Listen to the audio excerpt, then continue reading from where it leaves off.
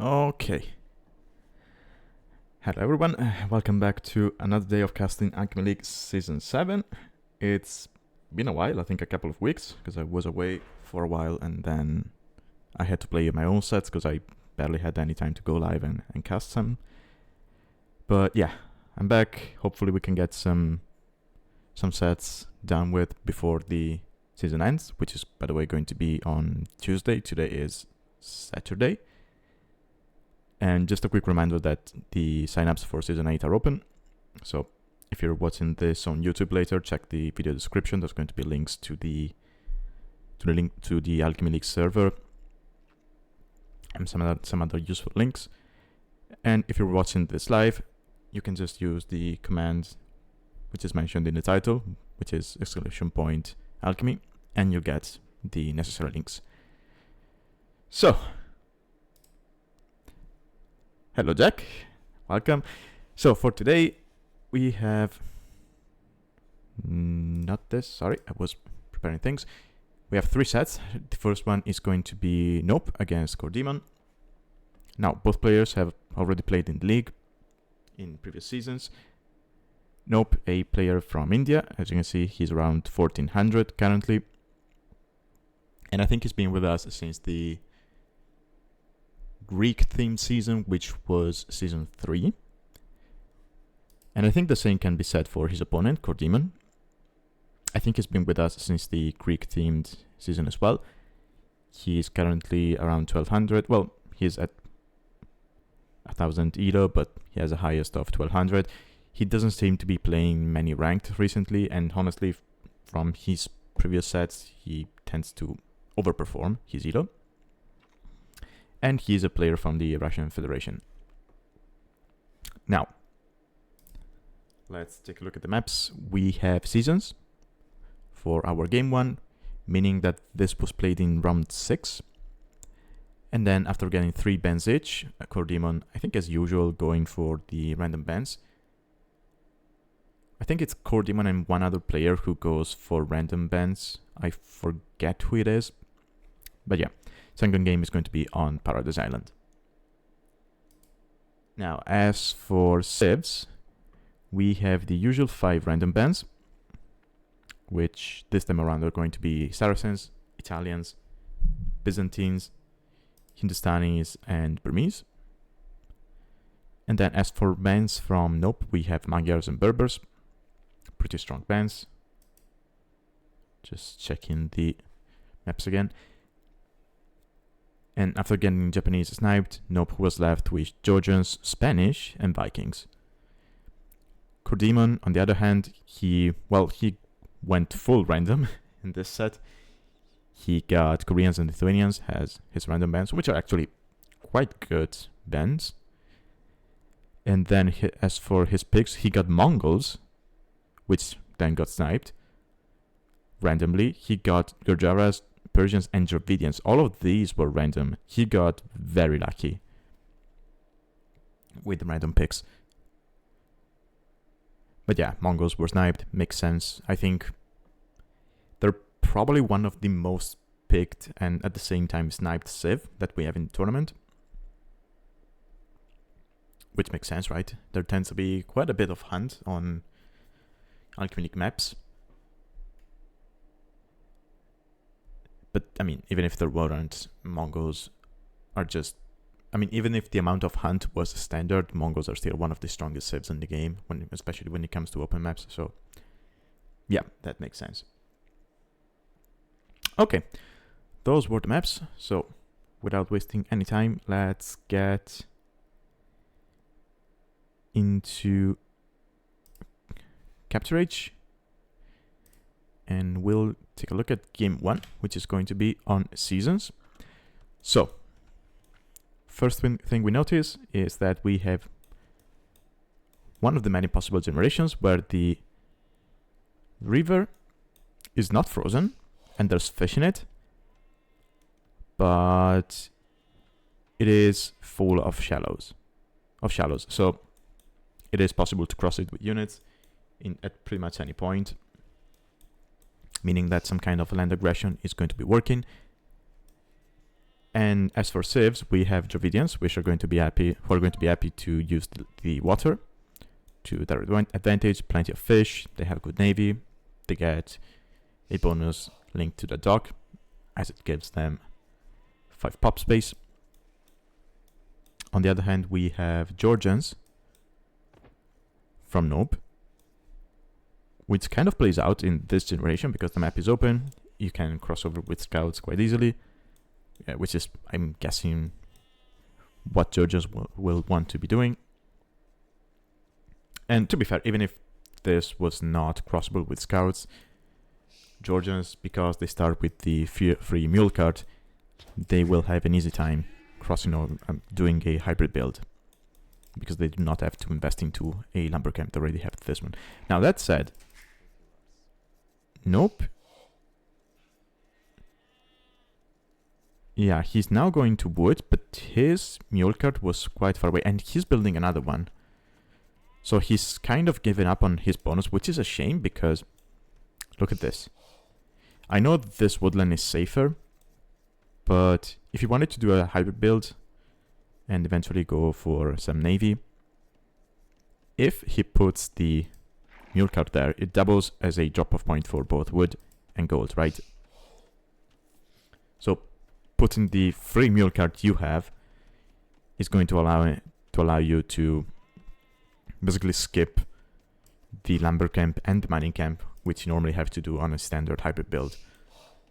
And that basically would save you 200 wood, which is pretty nice when you want to go for fish and then land aggression, which I believe is what NOPE is going to be doing. Now, that said, KorDimon already on water, going for the dock, has the scout with the villager, because the villager has no loom, so it is quite vulnerable. But NOPE is keeping this scout at home, was probably looking for the sheep. He's not going to be pushing the deer, he's just going to use a mule cart instead. I mean, there's 5 deer instead of 4, so that kind of makes sense. KorDimon ignoring his deer, does he? Yeah, he knows about the deer.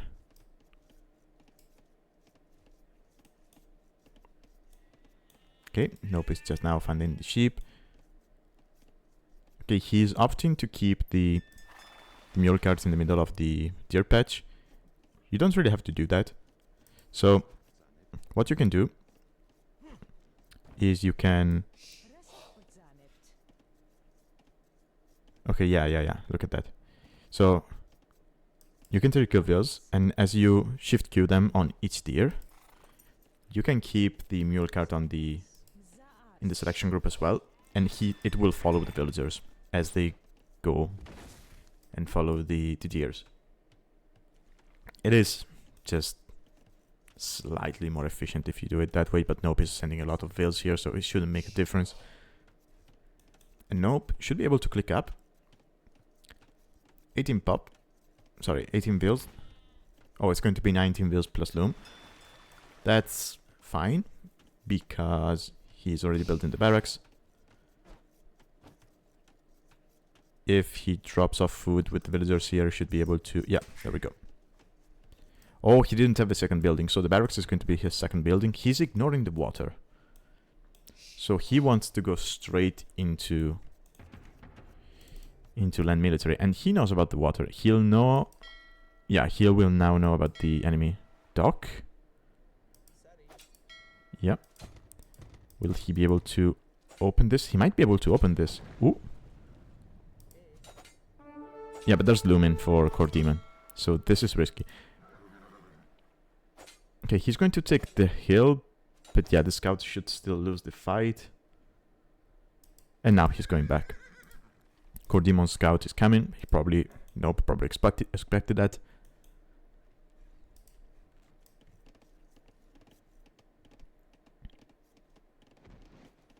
Yeah, KorDimon just doing a standard hybrid build, now going to gold. I find it weird he hasn't pushed the deer. He is going to have to go to berries quite early, unless he wants to mill the deer. His Dravidians. I mean, his Dravidians, he Does he know that his opponent has no dock? Okay, he doesn't know about the lack of dock from Nope, so he might be thinking, okay, maybe the dock is over here. But no, it's going to be stables, or rather a single stable for Nope. I like that he's kind of doing it forward. Okay, and he's going to follow it up with a dock. But I mean, I guess he built it here because of the timing, right? He got the feel when the villager was here and he didn't want to delay the stable too much. But imagine he sent out that vill a little bit early and the villager actually managed to cross the water and build the stable here. Then basically the water control for KorDimon would be, I wouldn't say useless against the scouts. Oh, rather, sorry, I wouldn't say useless, but it would be useless against the scouts, right? Because the stable would be here, so Nope wouldn't have to worry about, I don't know, demos or galleys sniping his scouts. Okay, KorDimon going for very big walls, very greedy walls. And yeah, he's going to mill the deer.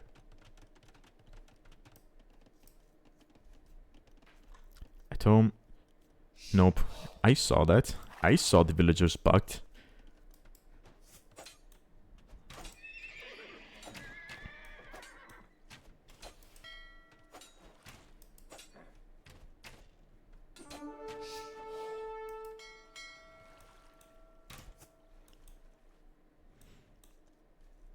Yeah, Nope is just going into scouts. Also, now he is in feudals, so this scout will regenerate. Yeah, as you can see. He might be able to get a vill here. Okay. He loses quite some HP on the scouts because of the galleys. But still, that's something. And he can just run around. If he turns back and takes the fight with 2 scouts, he wins this without losing a single scout. And then he can just go around and...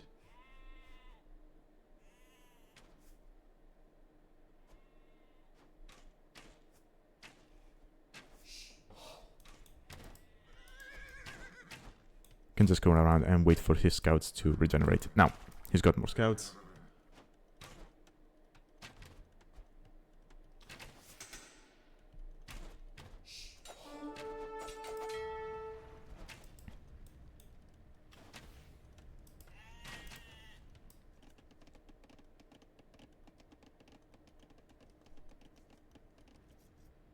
Yeah, he got scouts, but KorDimon, he's going to be walled because Nope is just keeping his scouts at home without going forward.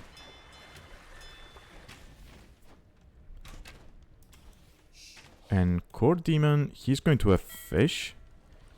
If he's looking, he should not lose these galleys to the fires and demo. Yeah, he's got fletching, he's got more galleys coming. So with a little bit of micro, he should be able to kill everything that Nope has at the moment.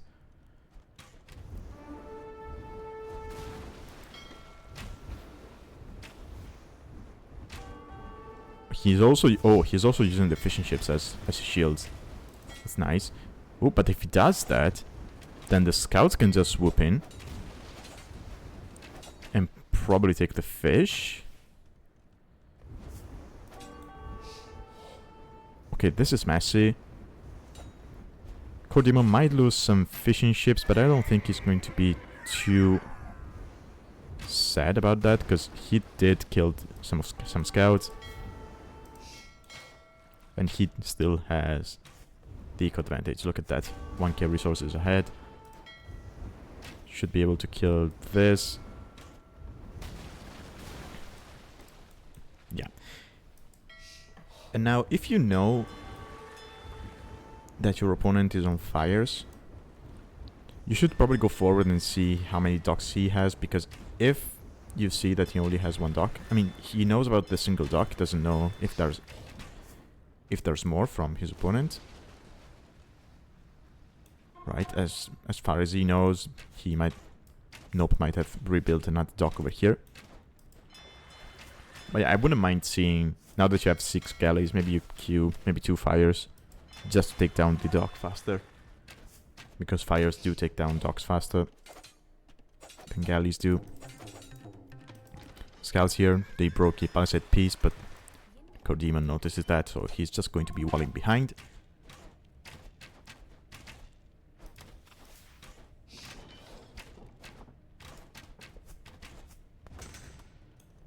KorDimon now switching to farms. I mean, sure, it's fine because he was floating a lot of wood, but I wouldn't mind seeing a villager just going around redocking basically every possible location and adding fish. And redocking, oh, nice.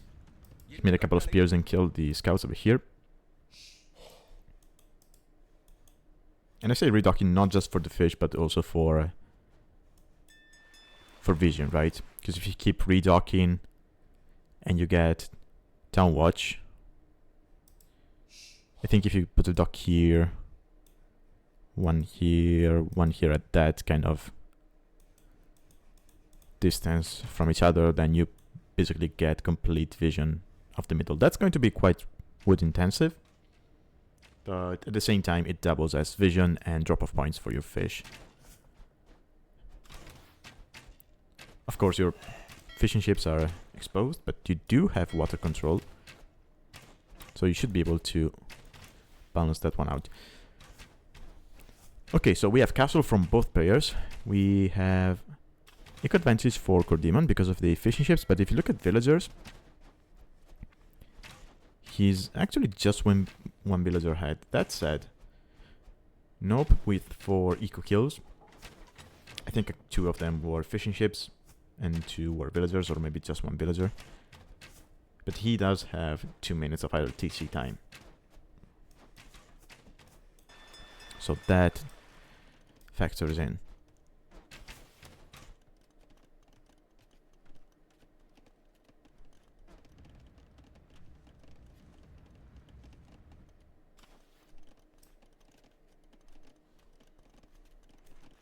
Oh, and Nope is heavy on stone.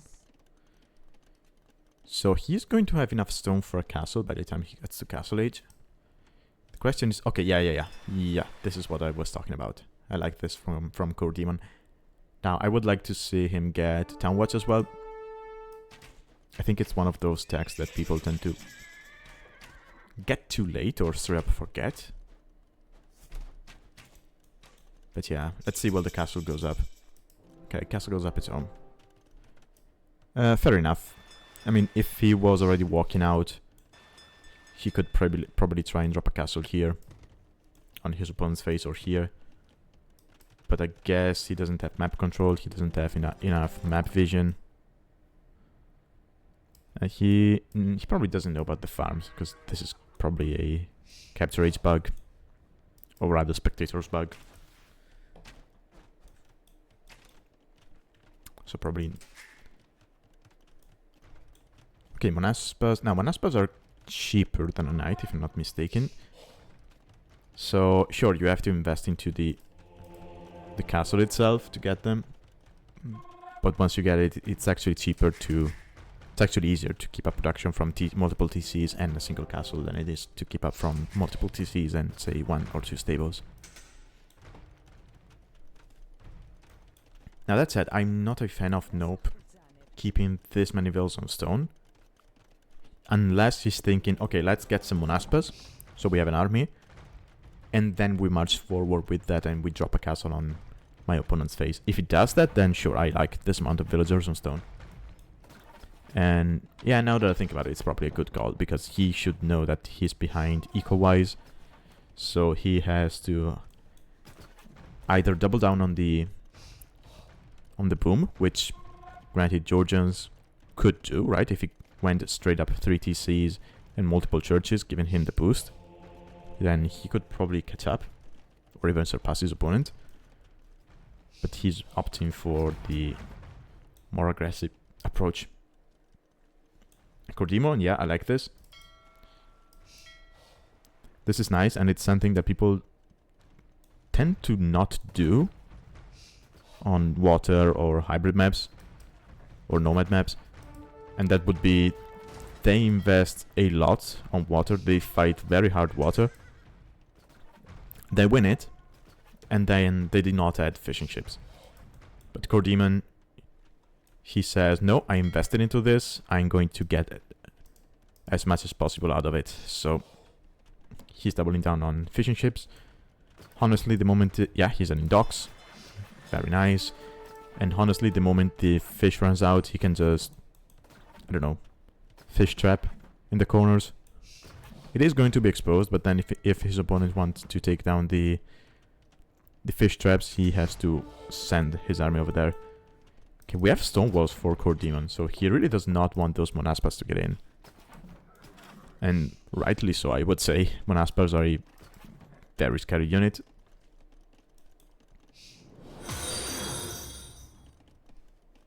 Oh, thank you for the follow.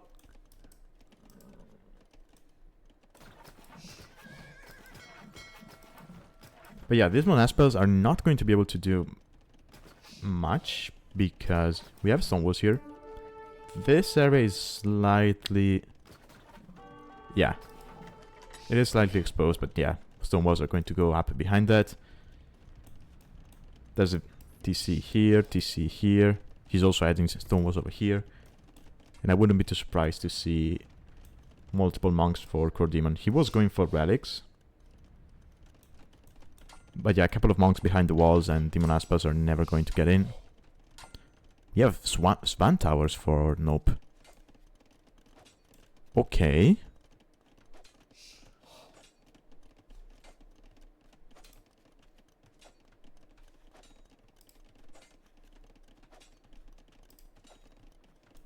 To what end, though?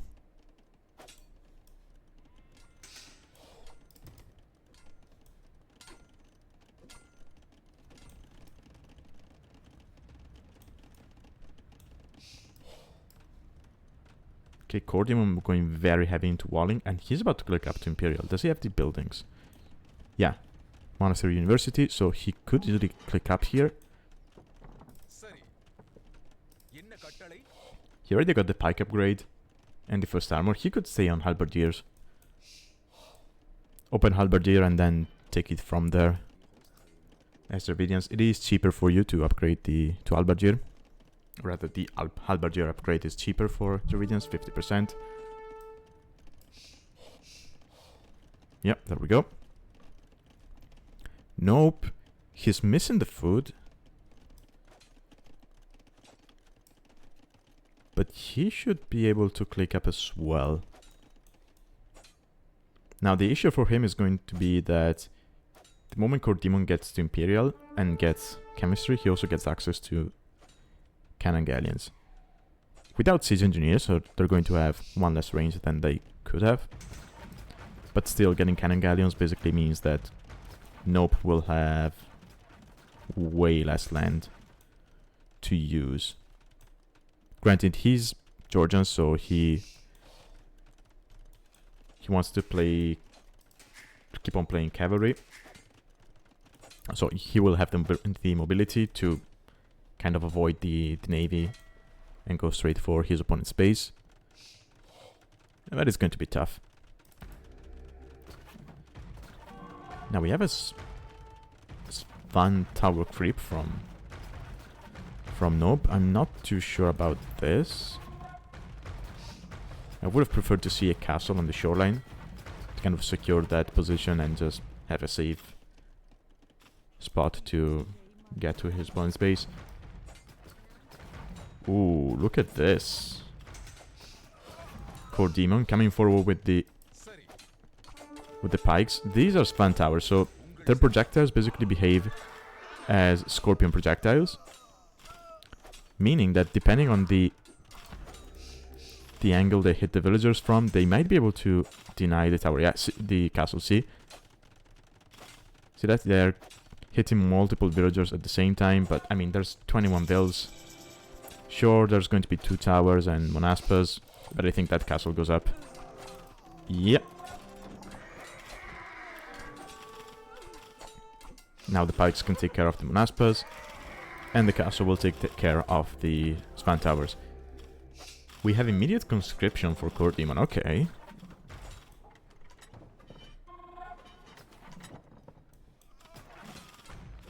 No halberdier yet for him. But he did add quite a bit of CCs, so maybe he is not floating the resources for that. He could have more villagers if he wanted to. But he's kind of idling to get all of the important techs. Yeah, there we go. I guess the moment we see the needed techs come in, he'll start queuing those from the TCs, which I like.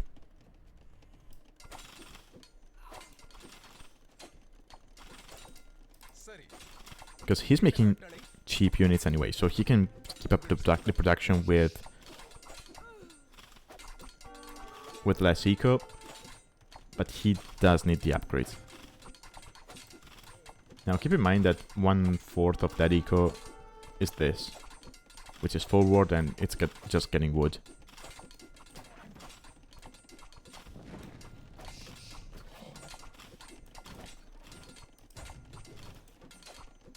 Yeah, he's floating so much wood, I wouldn't mind to see him drop forward barracks, just to have the protection of halberdiers straight into his opponent's face.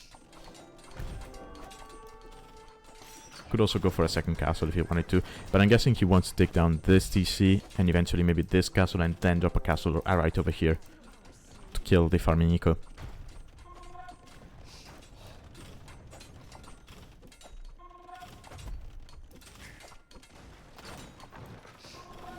There it is, we have cannon galleons for KorDimon.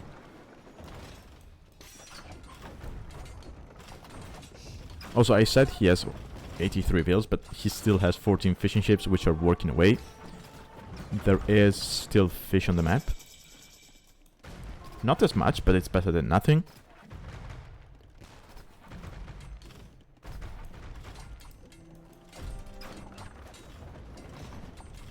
There it is, barracks. Yeah, he just wanted to clean the houses and then drop the production buildings. We have a cavalry archer switch from NOPE. Missing bracer. He's getting now chemistry. Does he actually have the blacksmith? I think the blacksmith went down. Yeah. Yeah. He has no blacksmith. So he cannot get bracer. Castles will go down. We have wood steel coming in for KorDimon, so these halberdiers will ignore the armor, which is... Now, generally speaking, it shouldn't make that much of a difference for halberdiers, because most of the damage comes from bonus damage, right? But since you're against Monaspas, it's actually pretty good, because Monaspas... Now, these are unupgraded, so it doesn't apply to this, but Monaspas, they do have a lot of melee armor. So yeah, even when dealing with cavalry, it does make a difference for the halberdiers in this case. Yeah, look at that, they just melt everything.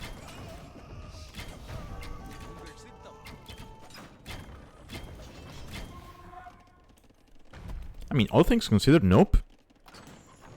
The position does not look great because because KorDimon has a great foothold on just right in front of NOPE's base. But nope, he's messing up army. Eco-wise, he's actually ahead vill-wise. The only reason KorDimon is ahead in fishing ships is in eco is because of the fishing ships. But again, these will become very inefficient anytime now. And again, a lot of villagers for KorDimon are forward, so they're mostly taking wood.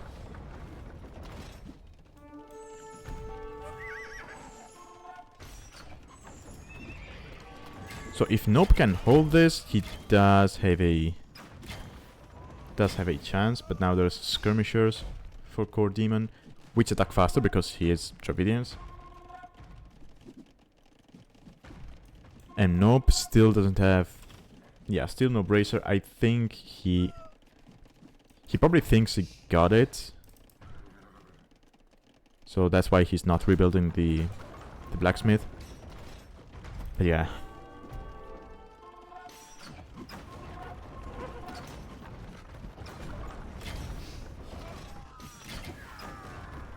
Now Georgians, to fight this composition, they could go Hussar hand cannon, right?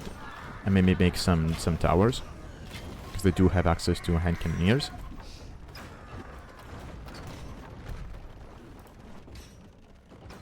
Also,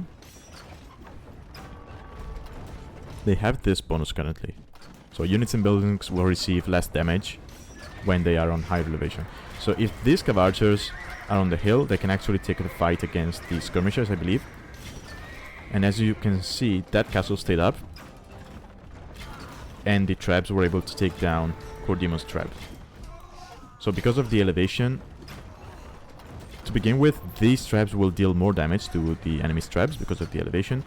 And they will take less damage, because that's just how the game works. But since NOPE is Georgians, he will take even less damage, and the same applies to the castle.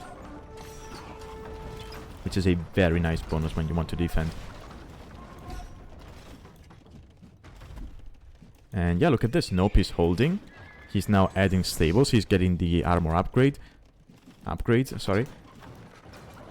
He's going to get more farms. I wouldn't mind seeing a church here. Probably forget about it. Probably forgot about the bonus. Many people do. And I think that just shows how strong the Monaspas are, right? Because when you think of Georgians, then you end up thinking, oh, Monaspas.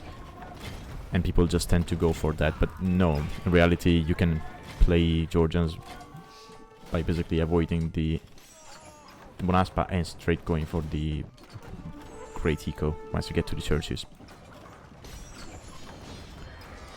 Okay, Light Cav is out. There is Steel Halberdiers here for KorDimon. So NOPE needs to be careful. These archers cannot really take the fight. Because again, no bracer. No armor upgrades actually. Getting hit from uphill.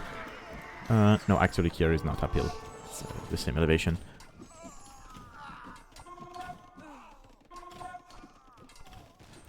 But yeah, just like that, Nope's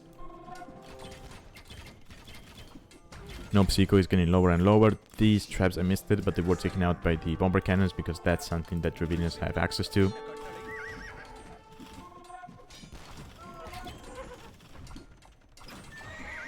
And I think... yeah, I think what leads the chance is NOPE had to come back here. Are probably gone now that KorDimon is on bomber cannons and full skirm.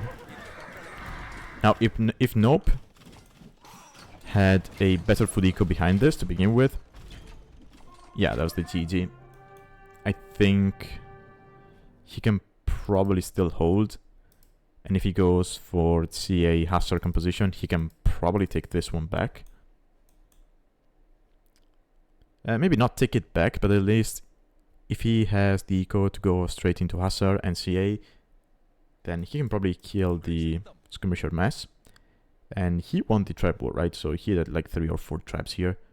You can use them to take down castles. And then with that, you maybe take back some map control. You can breathe. You can just focus on your eco. And then because your opponent does not have a forward position and he's Dravidians, he lacks mobility. Whereas you do. Whereas you do have mobility. So you can use that to your advantage. But yeah, let me check real quick something I want to see.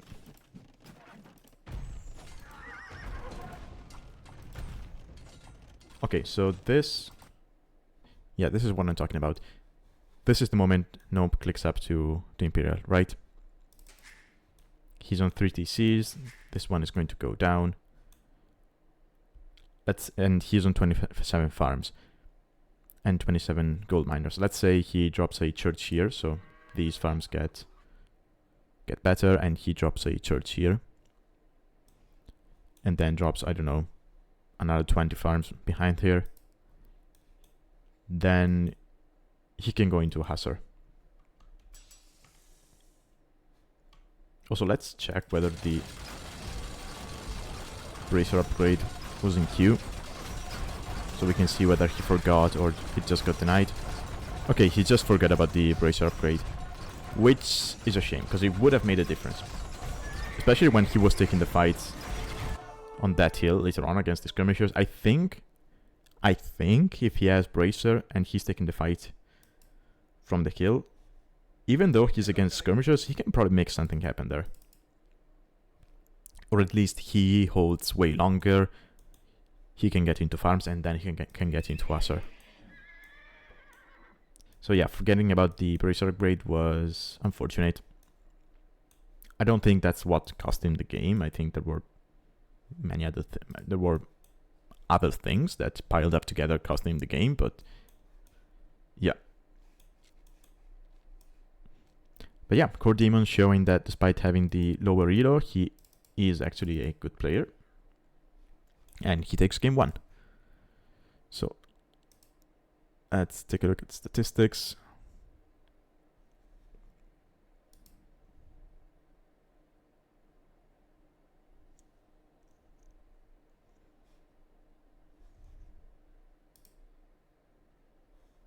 Yeah, better eco for KorDimon, but that's mostly due to the fact that he had water.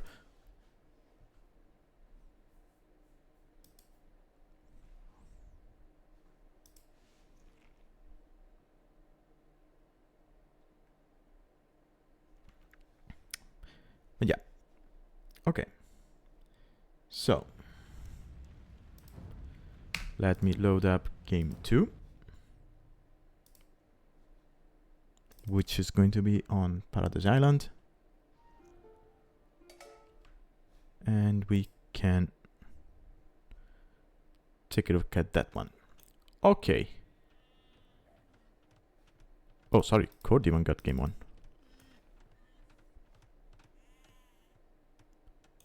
Okay, so once again, Nope is playing in the teal, whereas KorDimon is playing in the blue. And we have Persians for KorDimon, which is a very strong save on this map.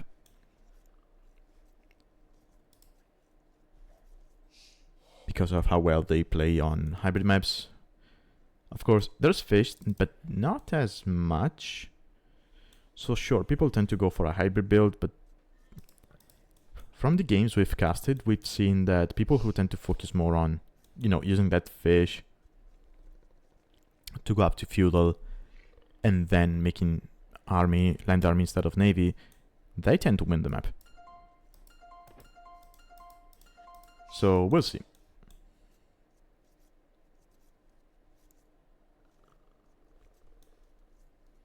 Also going out for that water can be tricky because of the lions. Unless your name is harooooo and you're going for that crazy strat that we saw a couple of casts ago, where he went Magyars on this map and just went FC Magyar Hussar and killed his opponent with that. I think it was against Chinchidaru. It was amazing. Still one of my favorite games from the league. Now, Nope is playing as Spanish, which is interesting. So he might be thinking about a FC Conk build. And granted, you do have a lot of food on this map, right? Because you have 1 extra boar and you still have the tiers. Whereas on usually when you have maps with 3 boars instead of 2, you're missing the gears. But no. Here you have both. Which should make it easier to go for a fast castle build.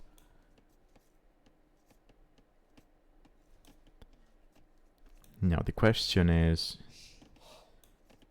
that what he's doing? Okay, he's sending 2 vills. Yeah, he's probably sending 2 because he doesn't want to lose a single one to the lion and doesn't want to get loom. Like that. He's going to take that one from uphill. So he's also going to have the advantage.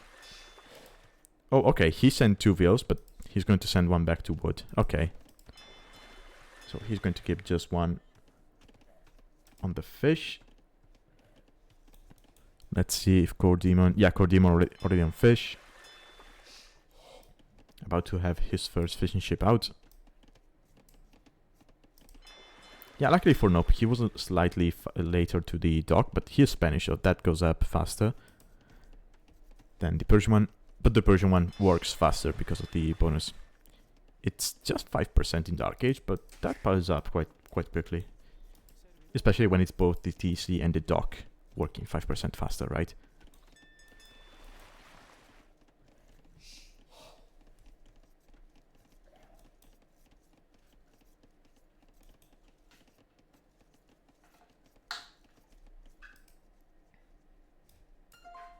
Okay, another possibility for Spanish would be to go FC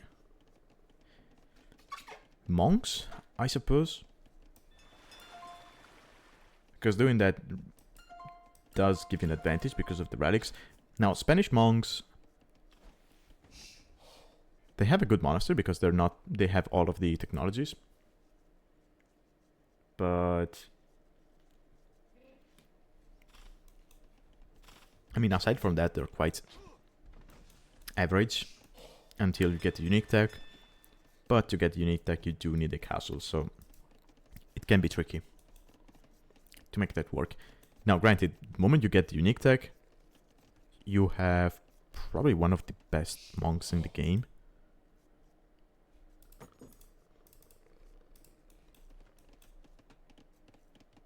Because if you think at monks, what they do is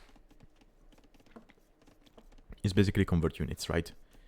And if you think about other monk bonuses that you have, like strong monk bonuses that you have, which would be the Aztec bonus or the Bengali bonus,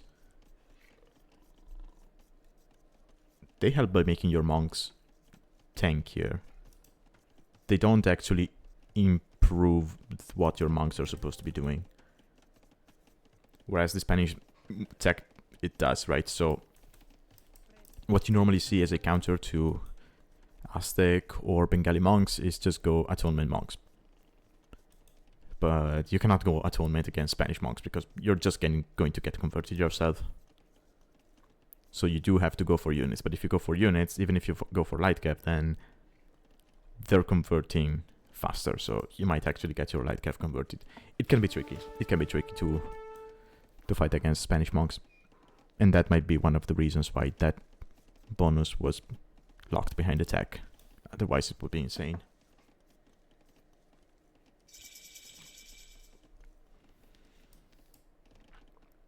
But anyway, both... Oh, wait. I missed something here. Oh, okay, we had a fight.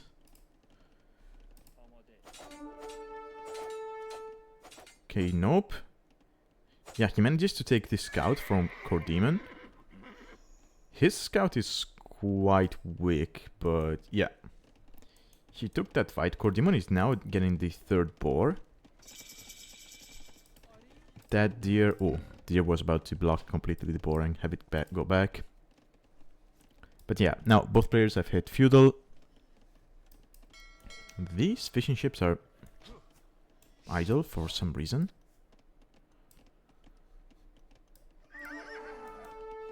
Okay, and Nope loses his scout as well to the TC.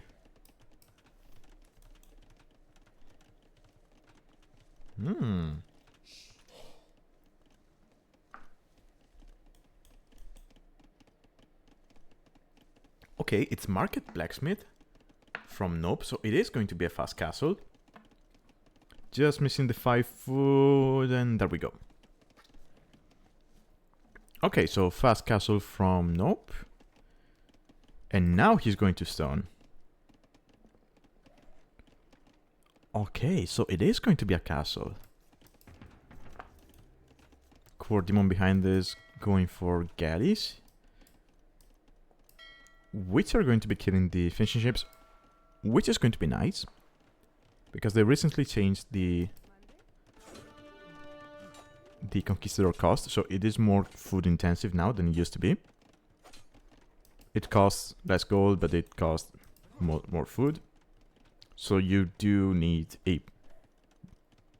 Well, you probably do not need a proper eco to produce them, because you can still, you know, abuse the market if you want, but it's just harder to keep up production. Now, granted, we need to see whether Nope is actually going for conks or not, right?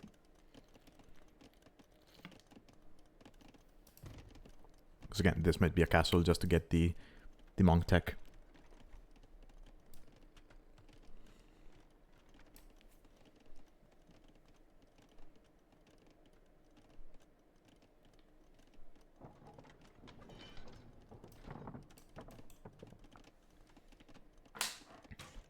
Okay, Galleys will find the first kill.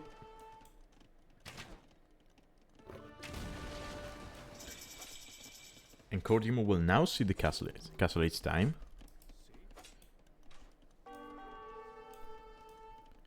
And what is it going to be?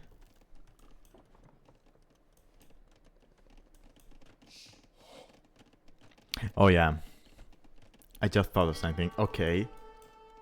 Okay, this might be what I was thinking, what I just thought about. I actually considered this with Sicilians.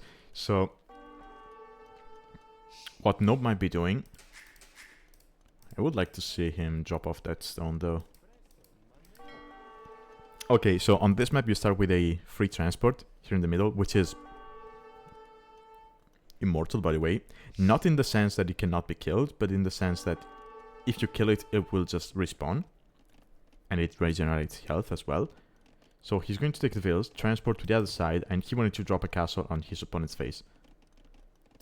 And he will. And these are Spanish villagers, right? So that tower, even if it goes up, it is not going to deny this castle.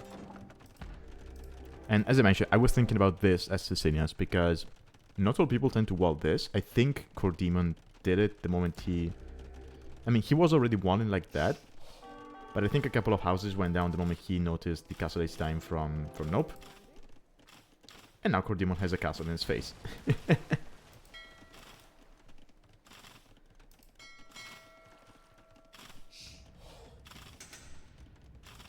Now that said, Nope.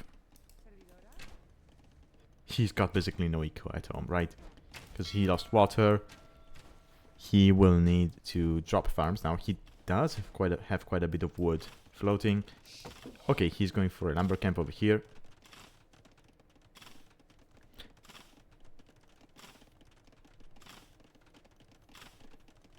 Hey Tech, hello.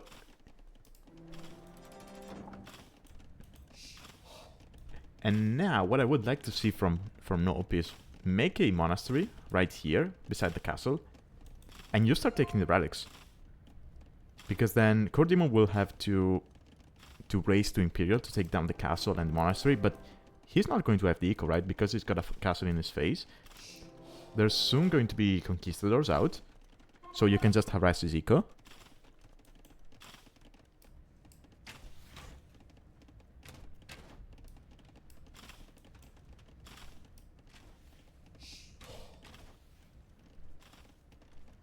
Okay, KorDimon just now clicks up to castle. I like the fact that he wall like this to the TC, but the conks can just run underneath it. Right, of course, Nope. I don't think he knows.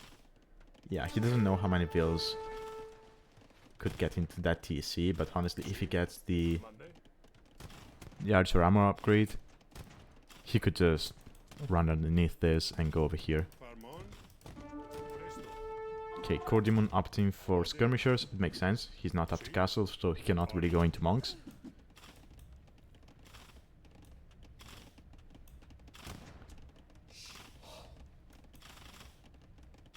But, I mean, Nope could easily add a siege workshop over here. With a couple of mangonels to take care of the skirmishers if you wanted to. And KorDimon... Okay, he's just walling behind this, so he should be fine. Oh, but Nope found this stone.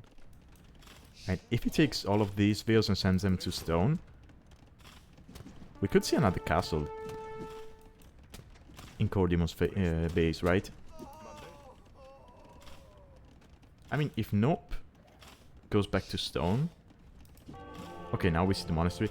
If Nope goes back to stone and gets enough to build another castle, then he could just you know, take 2 petards, break through the wall.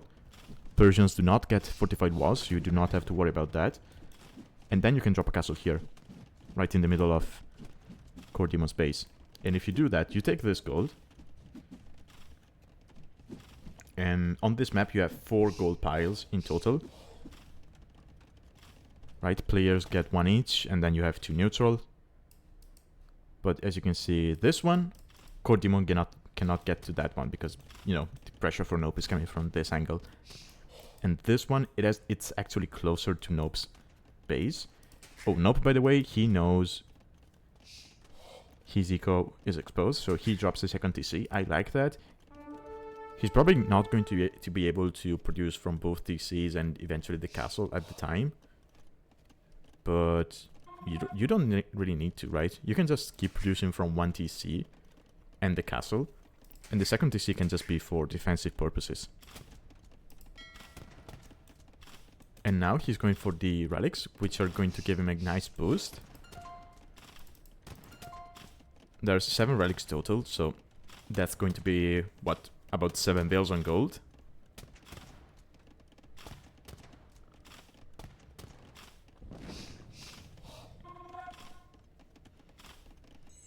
And I mean, if his gold keeps rising and rising, he can just switch this into a complete monk rush. He has enough farms at home to just, you know, keep up with production. You make monks behind this, and eventually you're going to be naturally be able to get up to imp, right? And within pressure, you can just, you know, trap your opponent's base.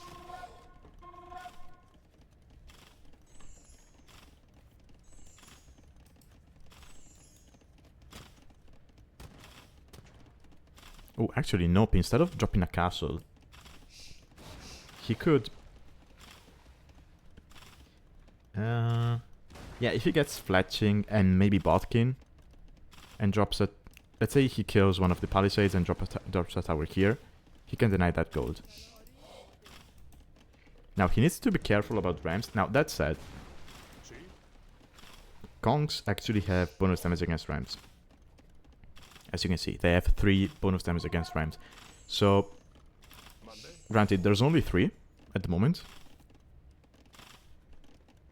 But they might be able to take down a ram push from KorDimon. Not to mention that Nope still has 8 vills over here. So those could take down the rams as well. And Nope behind this, 3 TCs. He's actually ahead in bills. Eco numbers are similar, but that's because of the fishing ships for KorDimon, which are not being that efficient. And even if they were, there's not much fish to justify heavily investing into it at the moment. This amount of fish is nice to help you get up to feudal and eventually castle.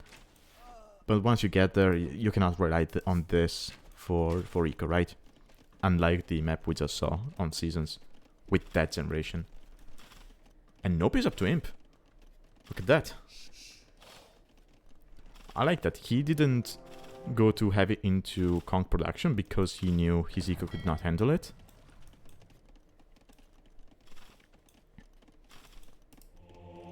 And he's going to have all of the relics.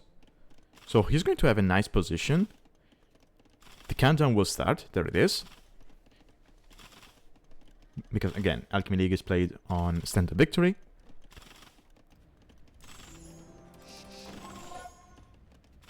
So he's going to have this nice position. He's going to have, I would say, better eco. Because sure, he's behind in vills now. Because, well, there's Persian's TCs. But look at this. Most of KorDimon's eco is on stone. He'll probably be able to drop a castle here defensively, thinking that, well, that will take down... Sorry, that will take off some pressure from his back, but... Nope is going to be in Imperial Age. So that castle will go down basically as fast as it goes up.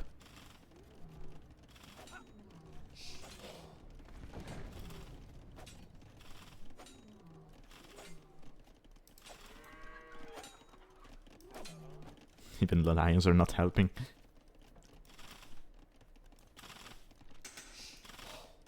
But yeah, I'm happy we finally saw someone do this. Here, just take the vills and transport there to drop the castle. Again, I thought about it with Sicilians. Spanish probably makes more sense, right? Because you do have access to the strong conch once you do that. Rams are out, but again, conchs have bonus damage against the rams. The KorDimon's walls from before are actually laming his rams. There's skirmishers, but the skirms might go down to the castle. Although, hold on. Not if they sit here. Ooh, castle might go down, actually. Yeah, the castle will go down.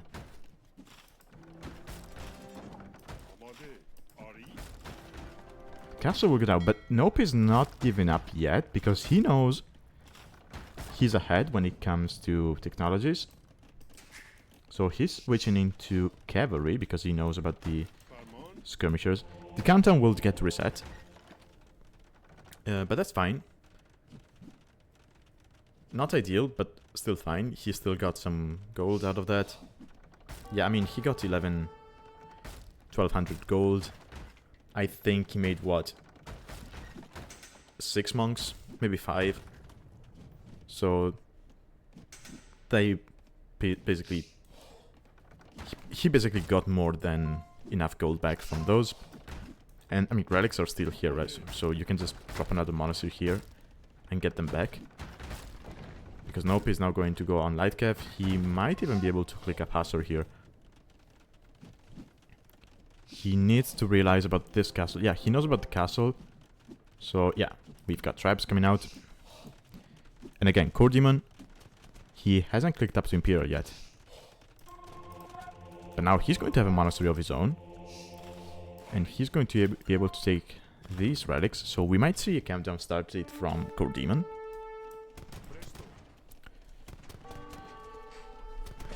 Now that said, Nope is kind of making use of his mobility. He's going to get to be annoying over here. He could just run around and kill some vills here. And there it is, Imperial Age for KorDimon. But tribes are already out. Already taken out the castle. And even if the countdown gets started here, then... yeah, Nope can just... deny it. I'm not sure what the trap was doing, because it was tasked to attack this castle, and it just went like this. Well, when he could have just... it could have just sit over here. Light cav are going for the vills, but... the rams might be able to take down the traps. Ooh, there's an elephant. Let's go. Rams. Ooh, that's nice. Nope saves a single trap by putting it into the transport ship. He's getting supremacy. He knows these vills are going to be very important to ensure his tribe's survival, right? The moment he gets supremacy, these vills can just ignore the skirmisher javelins, and they will take down the rams even faster.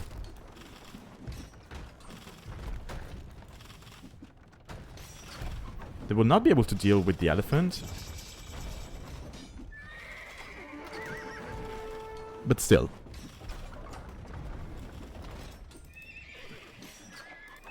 Yeah, I like this. Again, Nope is thinking, okay, I can use mobility because my opponent is mostly on skirmishers and rams here. Let's use mobility by dropping more stables on either side of each side of the map, and we can raid. We can just raid to death. Yeah, look at these vills. I love supremacy. I swear, Spanish probably have two of the most fun unique techs. I mean, they're not fun to play against, but they're really fun to play with.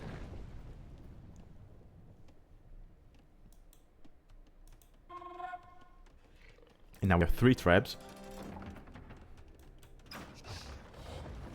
Barracks for KorDimon, who might be thinking about the Halberdier switch.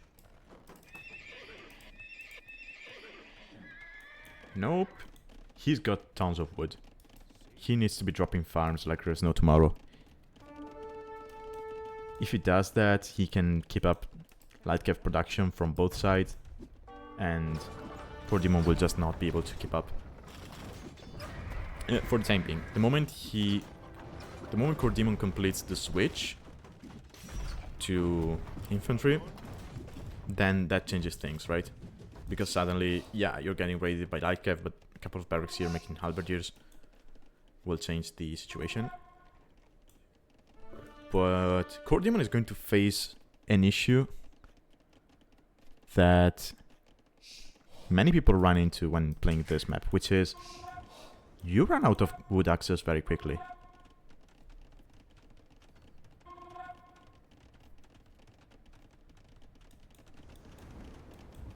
I mean, he's taken this wood, he still has this.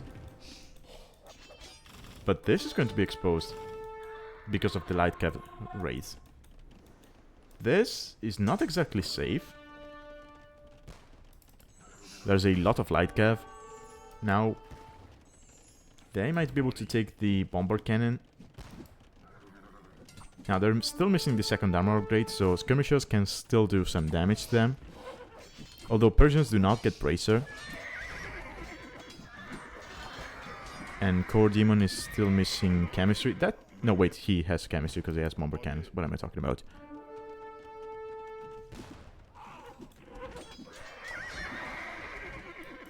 Yeah, honestly, just rush this with villagers.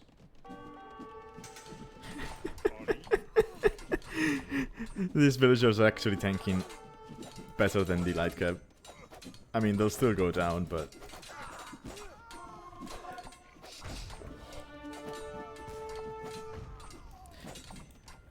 Yeah, speaking of gold situations, so... This one, I would say it's more accessible to NOPE. And the same for this one. So NOPE should have, in the long run, the gold advantage. If he notices... Okay, he knows about this one and this one. KorDimon, he has no access to gold at the moment, but he does have all of the relics. Ooh, what? Look at this. NOPE is going to trap the monastery from the island, but yeah, the bomber cannons can range that. Yeah, these traps will just die. Which is sad. Okay, NOPE now... Yeah. Dropping more farms. He could probably sell like 1k of that wood and get Hussar upgrade.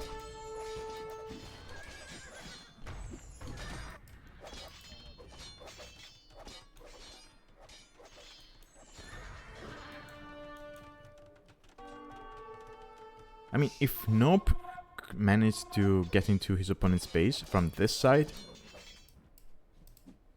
he could make something happen, but I think KorDimon is taking this game. Right. As I mentioned, he now has Halberdier, so...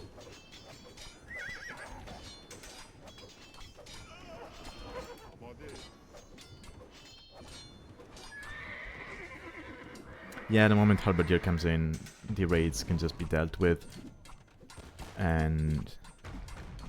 I mean, I know KorDimon has no gold access, but at the moment he's full on trash. So he doesn't really need gold. Now that said, NOPE, he is stuck on light cav, but if he wanted to, he could go for his own trash. And he would win that fight, because... Again, Persians, they lack the last... They lack bracer. Whereas Spanish get fully upgraded trash. And it's also going to be easier for NOPE to get the blacksmith upgrades, because Spanish spent no gold on those. So, yeah.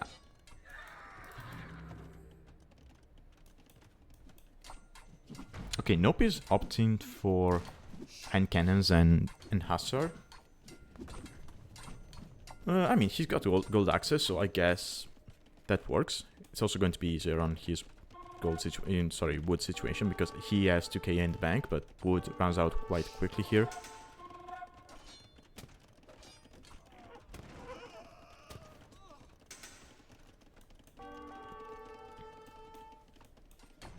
And he is ahead eco-wise.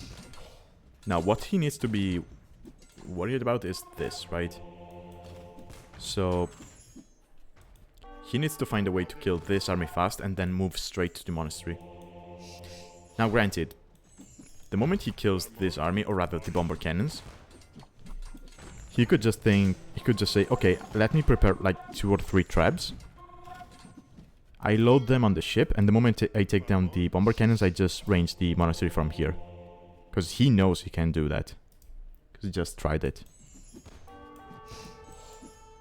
But KorDimon now back to gold. Because he found this one.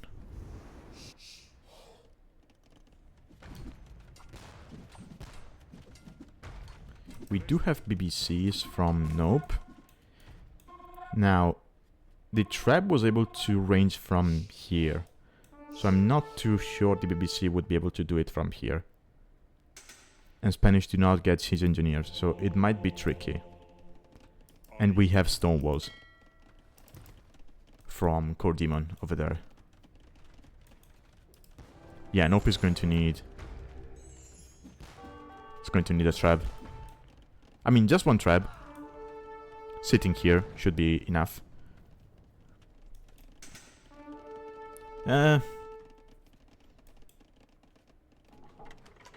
Okay, so it would depend. So, if there was a trap right now, then sure. It would be nice, because it might not be able to take down the monastery. But it will force KorDimon to perma-repair this monastery.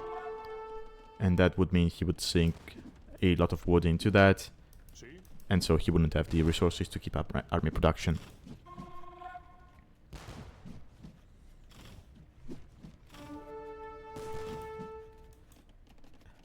Yeah, Nope would have such an easier time if he just went skirmisher here.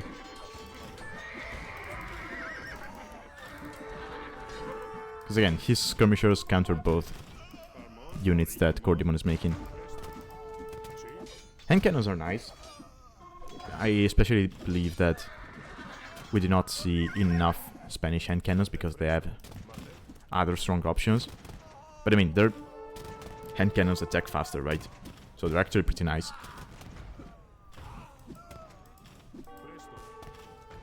But yeah, KorDimon might be able to take this with the relic. Hold on, he's wasting a lot of units underneath the castle.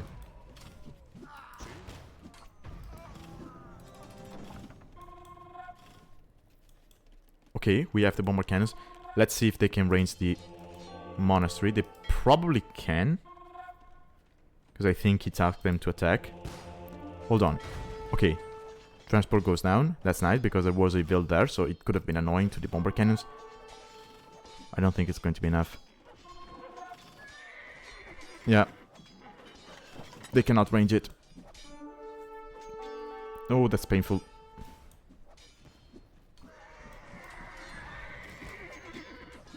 That's very painful. I mean, he could try loading them up on the transport. You unload them here. And you can hope that KorDimon is distracted enough that a couple of volleys will take down the monastery, or at least ungarrison the relics. If you time that correctly with your hussars by, you know, distracting your opponent. Okay, he's sending the trap. He might be able to do it. If KorDimon doesn't notice... Okay, that trebuchet will get denied. Go, go, go, go, go, go, go, go now, go now, go now, go now.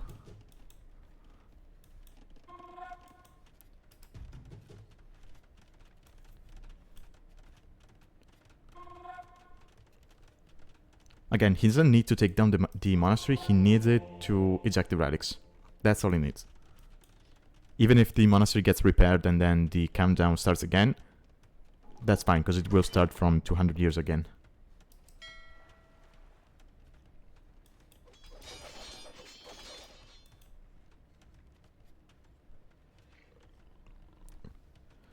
Let's see.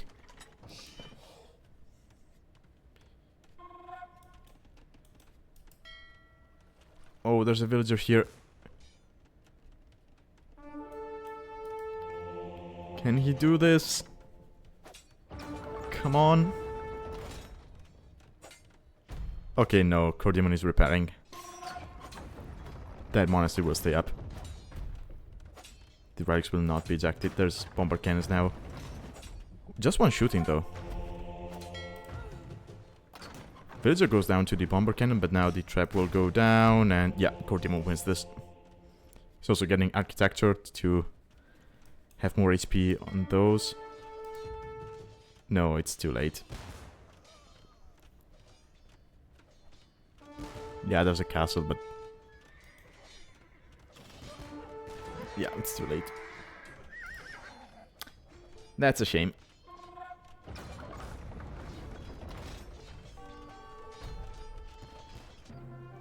Oof. Okay, so KorDimon takes this 2-0.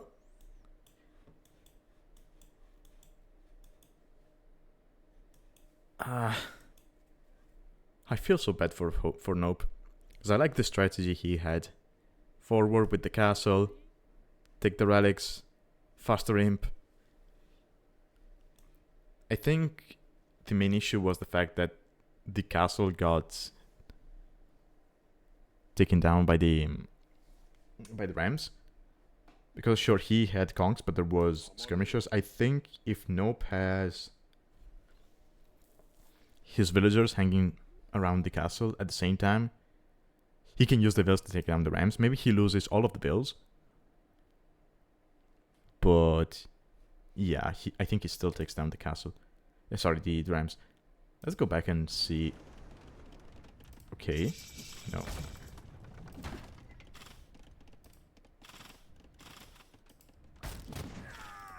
Okay, yeah. Now, see, the rams came now. The villagers were over here. If those villagers were there, then I think Nope can take down the rams. He also gifted some easy kills here to his opponent, but yeah. Yeah, that's a shame. Also, was Cavalier cancelled or... Oh yeah, he cancelled Cavalier. That's a shame. Because I think he was in a very good position there. But yeah. Statistics.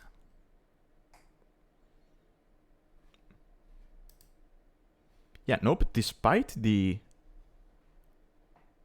very aggressive strategy, he ended up being ahead in Rest Collected, so he also had a very good eco behind that.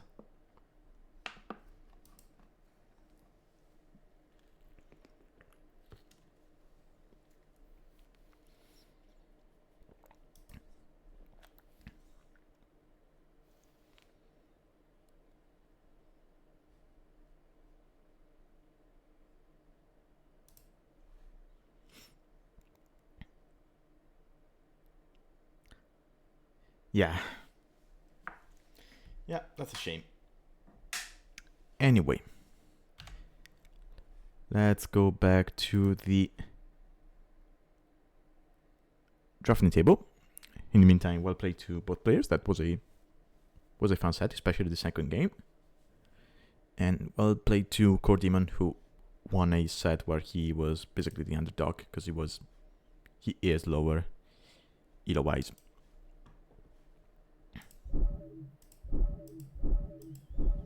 Okay, so for our second set for today, we have Maxi against Metalmania. Now, Maxi, he is a player from Czechia. As you can see, currently sitting at 1538 elo-wise, but he does have a highest of 1760. Now, Maxi, he likes to play in a very aggressive way. He likes to aim and stuff like that.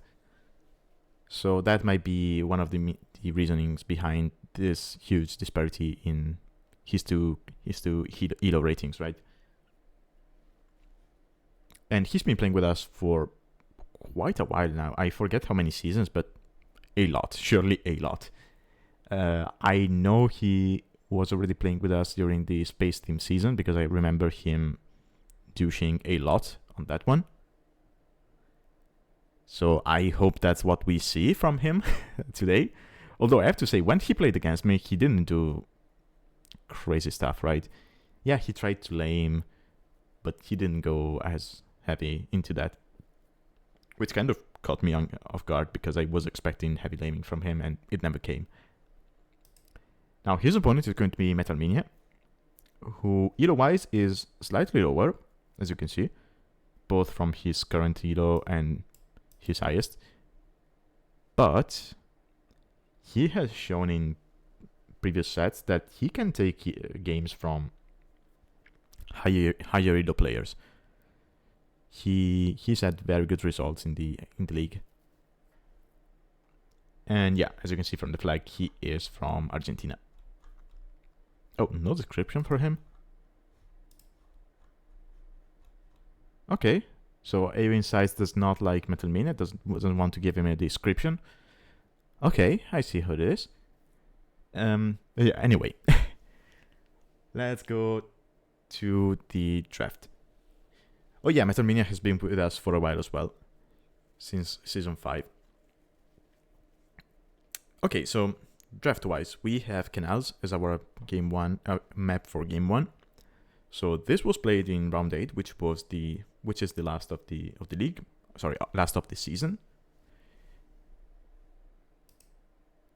So quick reminder to those who joined later to the stream or those who skipped the first set on YouTube and just want to watch this. Sign-ups for Season 8 are open. You can find more information if you use the links that I provide in the description if you're watching this on YouTube, or you can just type !Alchemy in chat here on Twitch and you will get the needed links to go to the Alchemy Discord. So, with that out of the way, yeah, Tech just used the comments in chat, as you can see. You will get a link to the Discord, to the official side of the Alchemy League, and to the Wikipedia page.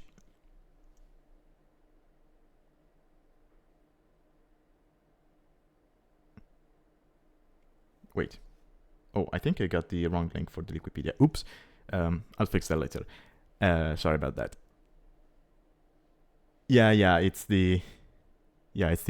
from a previous season. Sorry, I'll fix that later. But anyway, so Canals going to be the map for game 1, and then we have Prayer for our second game. And honestly, Metalmania, leaving an open map like a map like Prayer open against Maxi, you're crazy. So I'm curious to see what Maxi has in store for us for Prayer.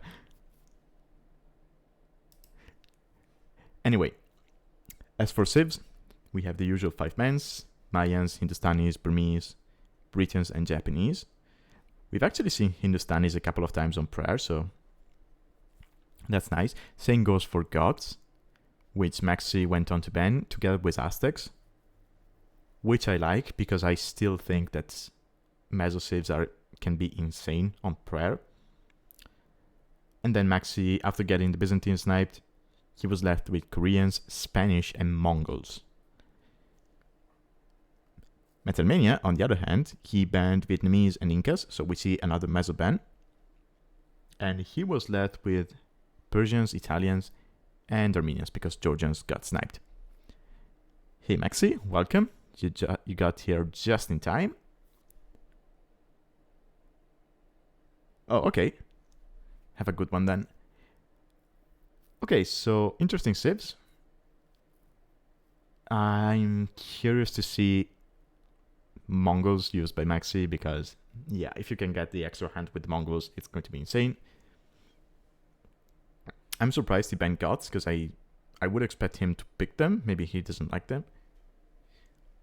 But yeah, that was the draft.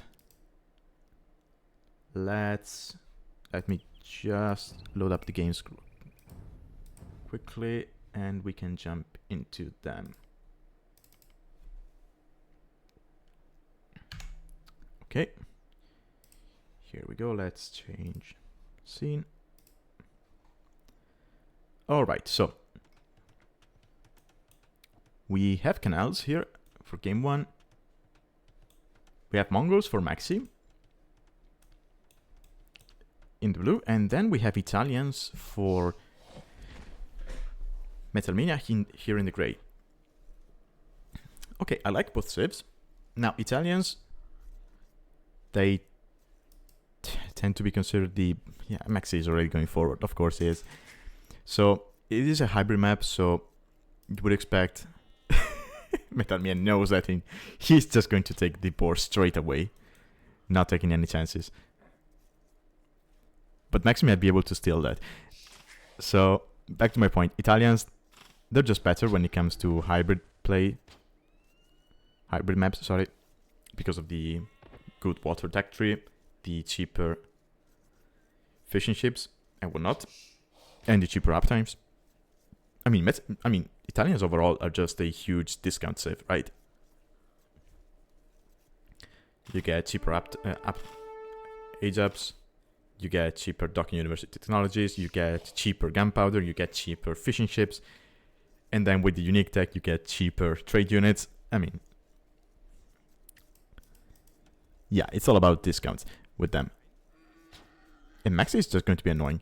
Now, Mongols, on the other hand, they do not have the crazy water play that the Italians can go for. But I think they're kind of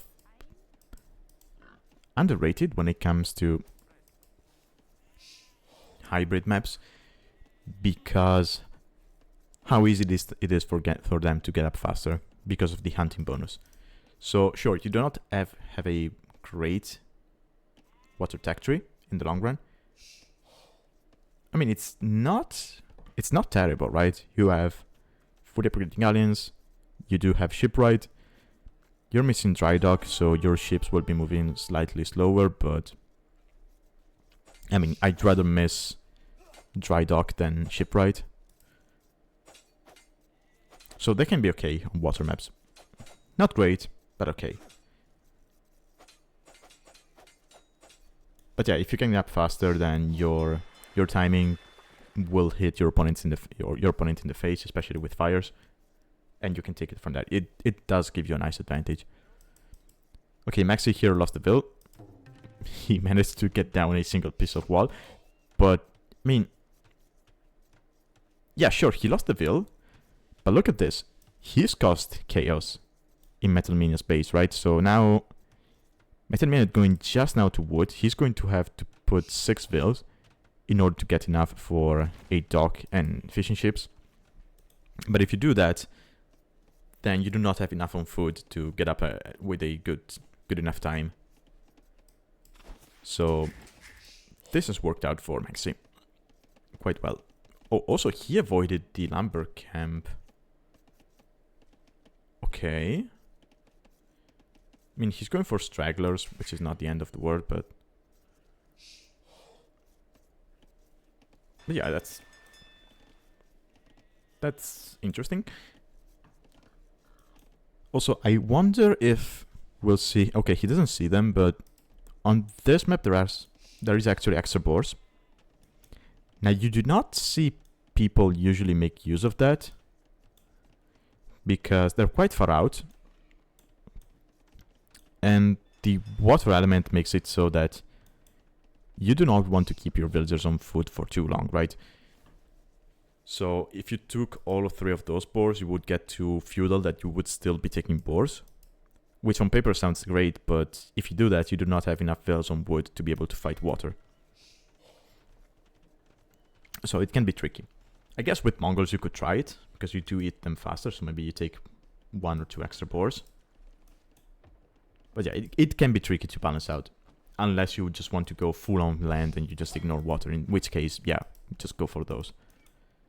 But I think if you give up water, you give up too much map control.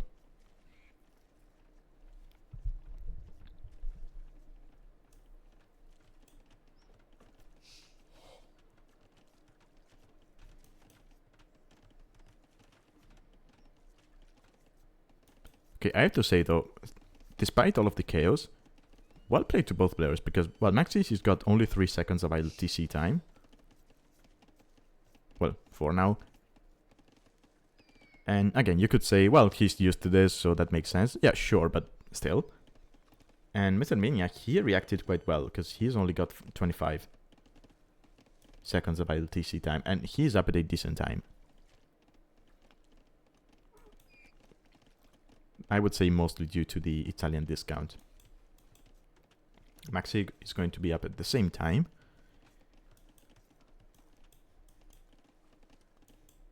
And is he going to have... Okay, he's going to have just 1 dock. Does Metalmania add a second? He's adding the barracks. So we might not see a second dock. It might be single dock into land military. Also, do keep in mind that Maxi lamed these tiers. So Metalmania in the end did have less food accessible to him. Also, he had to take in the boar faster than he would have liked, because he took the second boar while he was still eating the first one. So DK will have played a role in that. Maxi is completely walled. He's going straight for the single fire, so is Metalmania. Okay, but Metalmania, yeah, he's staying on 1 dock and adding the archery range. Maxi, no military buildings on land. So he's just going to be fighting water for the time being, but he's not on gold. And that's mostly because he went for the crazy walling. And so he's not going to have enough wood to make a mining camp, which is going to be a problem because he's going to be able to afford a single fire.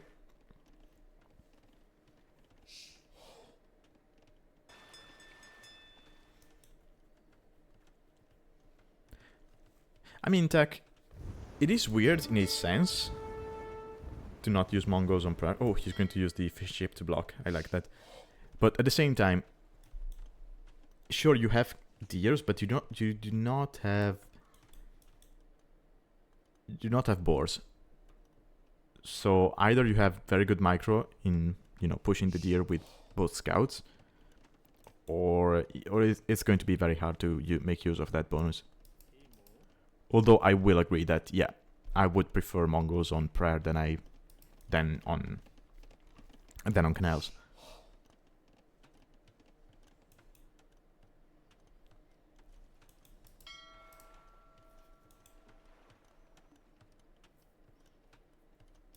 Maxi just now getting out the second fire. Metalmania already has one. Maxi could hide behind the palisade if he wanted to. Okay, he's going to opt for repair instead. He's going to have defender's advantage. Because, well, Metalmania is not forward with the Veil. There's going to be the second fire coming out from Maxi. So it feels like those fires... Hold on a second.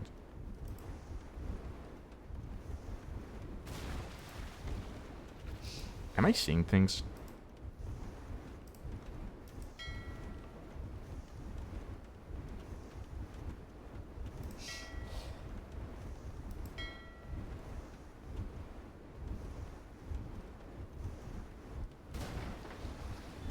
So was Maxi's fire not attacking, or was it not dealing damage?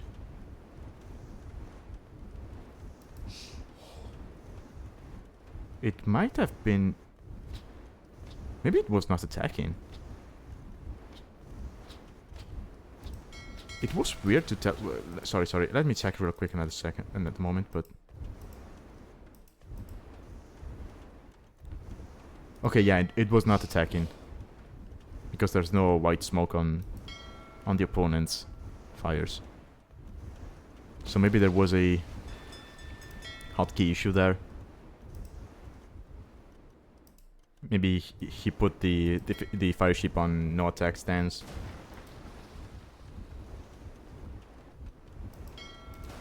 I actually tend to have that problem when going galleys myself, because my hotkey for no attack stance and galley at the dock is the same.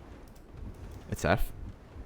And so sometimes when I'm cycling through docks and microing galleys at the same time, if I'm not careful, maybe I just click F at the wrong time and then I put my galleys on no attack stance instead of queuing up a galley.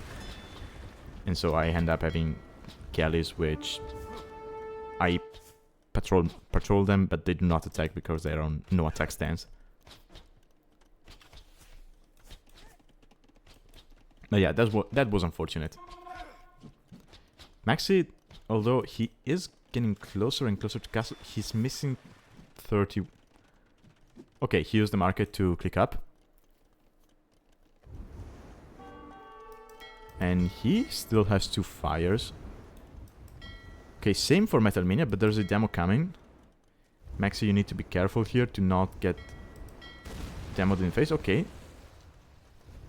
Could have been worse. Nice micro here from Maxi. If he repairs that fire. Yes.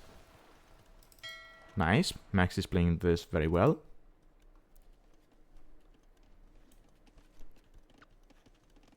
Okay, Metalmania is quite far away from Castle Age, but he does a better looking eco, right? No horse color is quite sad to see, but at least he's got 9 farms. And he's got 13 on food total. Maxi has... Okay, he's now dropping farms. But he does have horse color at least. Okay, double range, so this might be Mongol CA. Which is not something you see that often. Because, I mean, Mongols, they have faster attack in CA, but they usually go for scouts into step lancers. And then in the late game, if they want a ranged option, they have the Magodai, right? You do not see them use cav archers that often.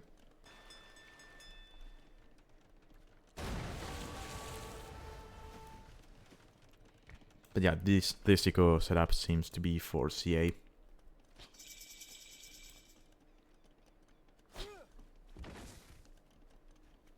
Is it?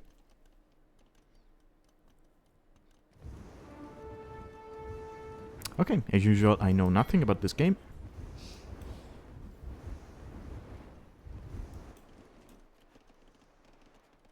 I mean, Maxi has a lot on gold. And wood. He might be thinking about dropping ATC somewhere. And get that eco going.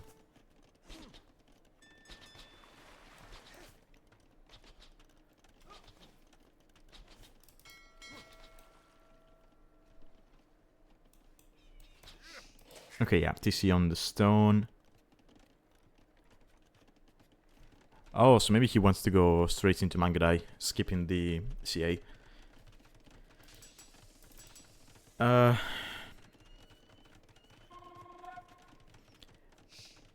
mean, I guess it works. So he's going to be playing into skirmishers for a while just to be able to kill the opponent's archers which are on the field. And then eventually if you have skirmishers you can deal with the Genoese crossbowmen, which would be a nice counter to the Mangodai. Now that said, Metalmania doesn't seem to be thinking about Genoese crossbowmen anytime soon.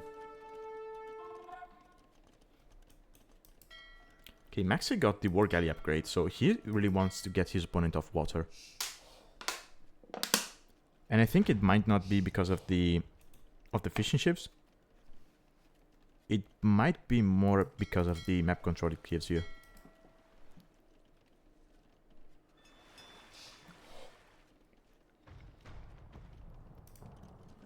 Oh, okay, that's the CA. Okay, so he wanted to ensure he had some eco going behind this before going straight into CA. Now the problem with that is that you allowed your opponent to get to castle. There's now crossbow in the queue. And these are Italian archers, so they have extra armor. So they should be able to deal quite nicely with the CA, especially when Baltkin is coming in.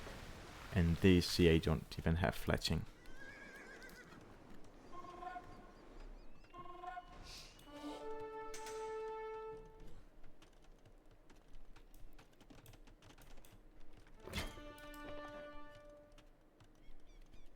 Okay, the CA were not spotted by the crossbows. Both players have War Galley here. It's 4 fires against 5, but there's a demo coming in for Metalmania. Now that said, Max is going to drop a 30C, so his eco advantage is going to just rise and rise. But now he will have to deal with these crossbowmen. So he might want to drop... Oh, I was about to say he might want to drop a Siege Workshop, but I guess the tower works as well.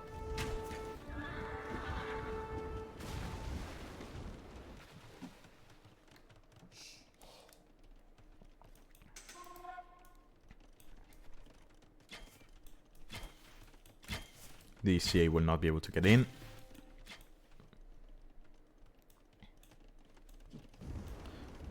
Okay, 3 TCs from Metalmania as well. Now, I have to say that at this point, Max's Ego is starting to look way better than Metalmania's, right? More farms for Maxi. Eco upgrades. Actually, Maxi is missing Wheelbarrow, but that's fine. Now, what worries me is the fact that Metalmania is on stone, right? So if he keeps... Yeah, he might be able to keep water control, and he does have an army. So Metalmania is going to have full map control here. He could just... Ooh, I love how Max is using the dock as a shield for his fires. He's been doing that the whole game, and he's basically been able to keep up despite the better numbers for Metalmania, who now definitely takes the water. But what worries me is the fact that Metalmania now has water control. He's got this army walking around. He could just, you know, walk forward with the vills and just drop a castle right here. He could drop it here. I mean, imagine if he drops the castle here, right? You just go around here with vills and you drop it here. You deny the gold and you deny the stone. And Maxi walls out. He's out the gold.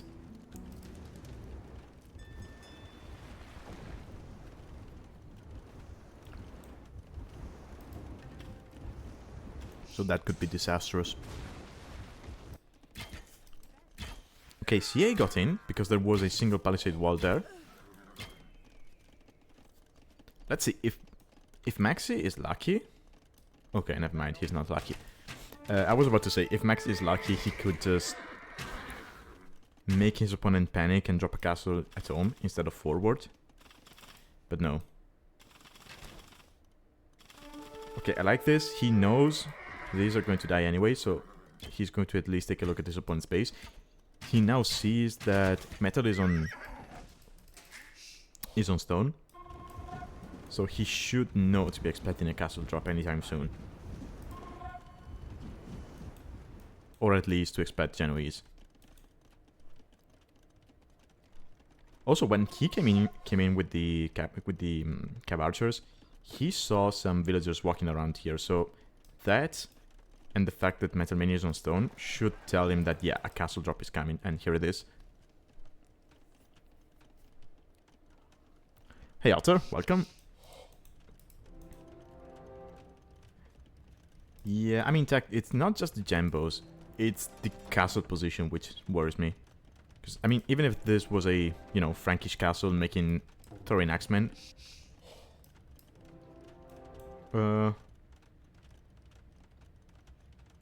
Sure. I would have preferred it here, but yeah, that works. I mean, even if this was a castle which doesn't produce any really threatening unique units at the moment, just having a castle denying these resources, it's going to be huge.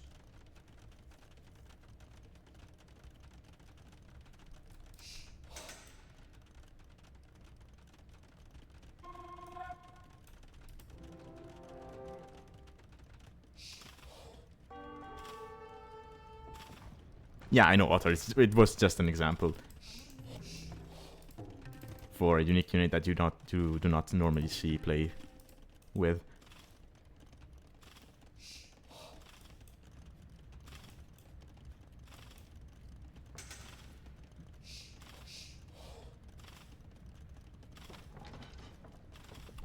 So Maxi has actually has enough resources for a castle of his own. So he could maybe drop one either at home or just try and be... Just try the YOLO approach and drop a castle in his opponent's face, but yeah. Yeah, I mean, even if it did drop a castle here, there's no resources to deny. Because of the... maybe he could deny this gold and this wood, but that's it. Okay, he's going to drop it here. Metalmania will know that. Now... Okay, second castle for Metalmania. So stone and this water line are going to be denied as well. Yeah, I think if you're Metalmania now, you just try and get up to Imp. It's cheaper for you. You know you have map control. You do not want to get this map control denied by the fact that now Maxi goes up faster to Imperial Age. Yeah, there we go. Here's Business Market. Maxi's as well.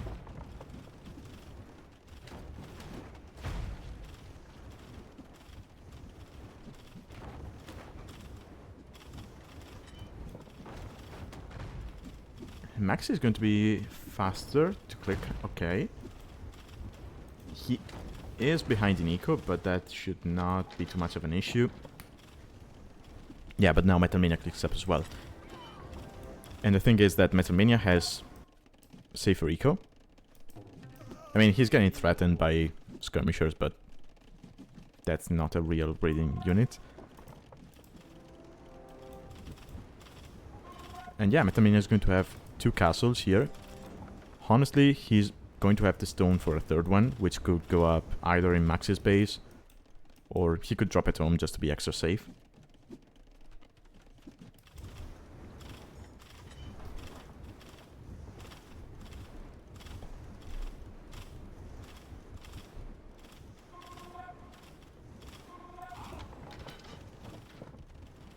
Now Maxi is staying on skirmishers, which I like. Especially against Italians. You don't really want to go into cavalry in this situation, especially when you have 2 castles on your face. Now that said, Italians do have fully upgraded hussars, so it is still risky.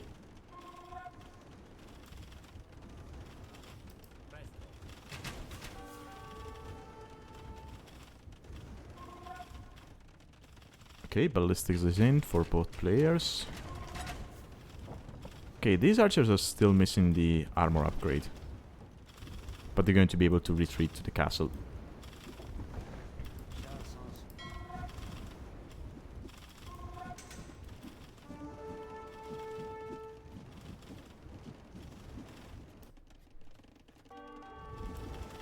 Okay, Maxi hits Imp. Immediately makes a trap. Now the issue is that it's going to be 1 castle production against 2. So Metalmania will have the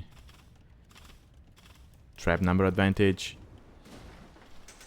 And if he clicks chemistry here, which he should be able because it's 200 food and what, 122 gold, something like that. 133, I think. For Italians, yeah, because it's 33% cheaper, yeah.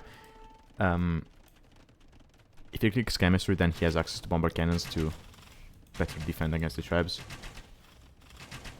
Mongols do not have bomber cannons, so yeah.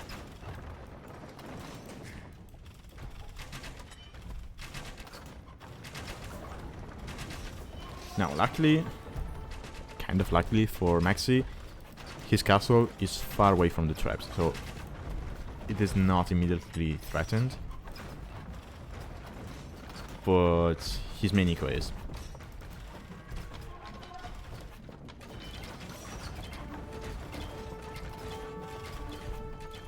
Now skirmishers will buy him time.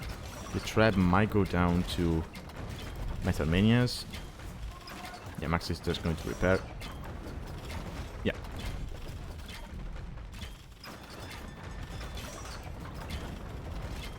And he's getting Spartan tactics. I'm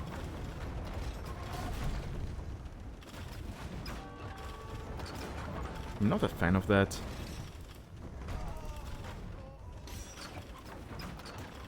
Or rather, I'm not a fan of that at this moment, right? Because I don't think this is the moment you go Mangajai.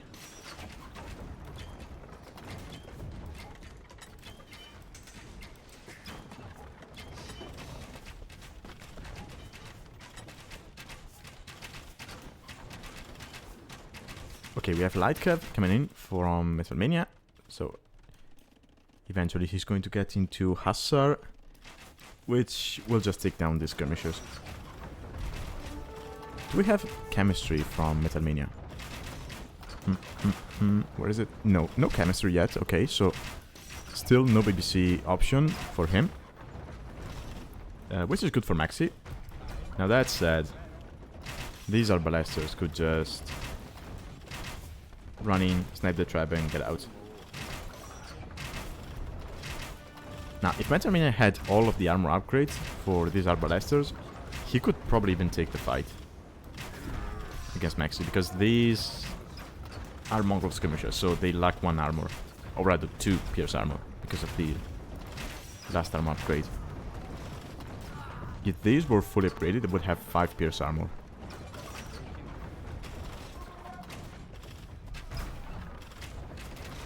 Okay, there's chemistry from both players actually.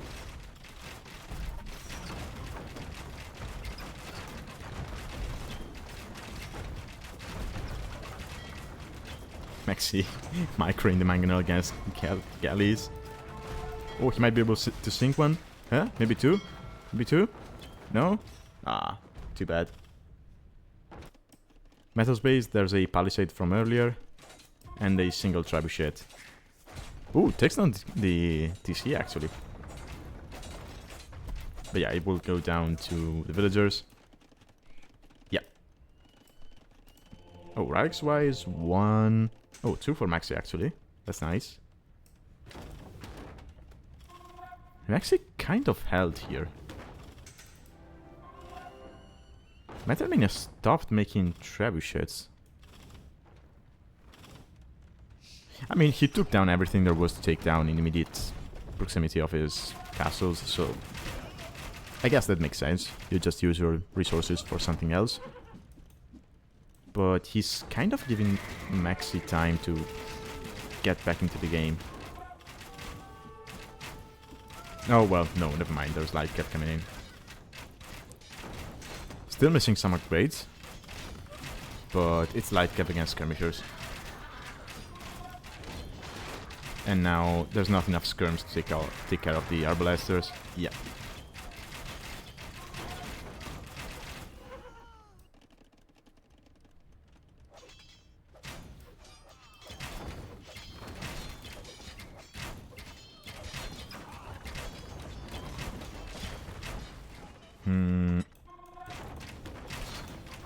Okay, Maxi going for a ballsy castle, I would say. I mean, it keeps these farms safe. I guess he doesn't know that there's no castle at home for Metalmania.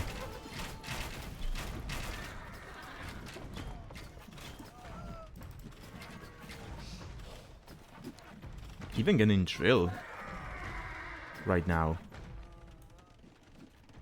Ooh. I mean, if you already had Siege Onager, sorry, not Siege Onager, Siege Ram, I would probably very much like that, but I don't know. I think those resources could be used for something else at the moment, right? Because it's, I mean, it's kind of cheap for an Imperial Age tech, to be honest. I mean, if you compare it to Pyrotechnia, yeah, Pyrotechnia is way more expensive.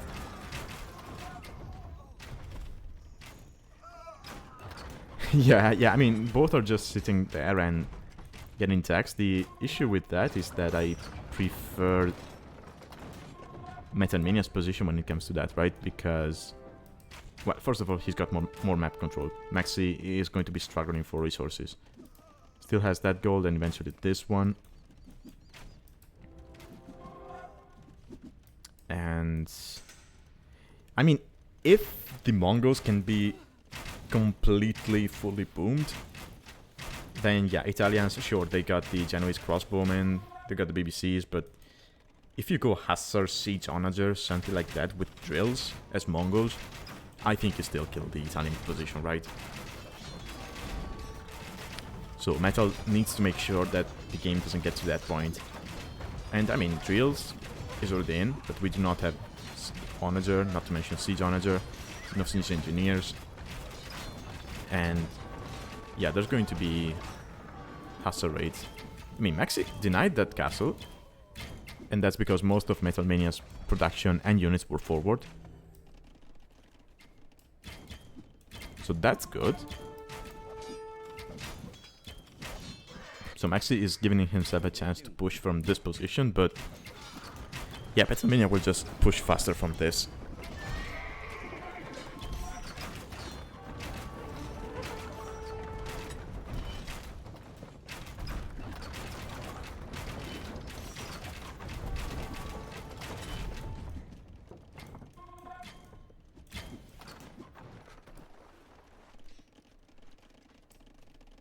Yeah, Metalmania just... He's behind in military actually, but I mean... most of Max's army is skirmishers, which will just go down to the... to light cav. Still no Hussar upgrade. And that's because Metalmania's eco... Well, he's got a lot of eco, but 78 on wood. If he took something like 30 of them and put them on farms, then he would be spamming Hussars like no tomorrow. Like there's no tomorrow.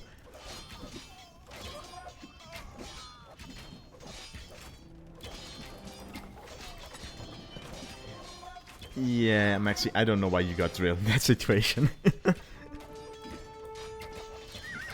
I mean, honestly, considering your base was being raised, get nomads.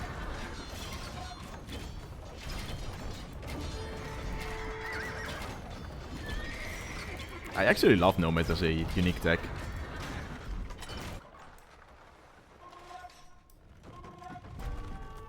But yeah, Maxi... Yeah, he's going to lose access to this gold. And then you have Mongols with no gold access, so you have Mongols playing on trash, if you can get to that. Which is... I mean, you have amazing Hussars, but... no Halberdier. No last armor for the skirmishers. Yeah, I think this is over.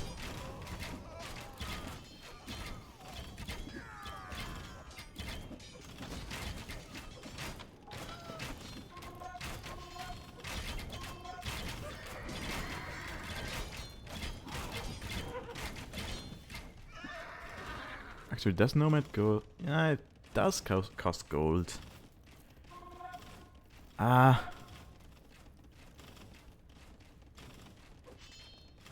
I mean, it's one of those unique techs you could make an argument for them to cost no gold, honestly.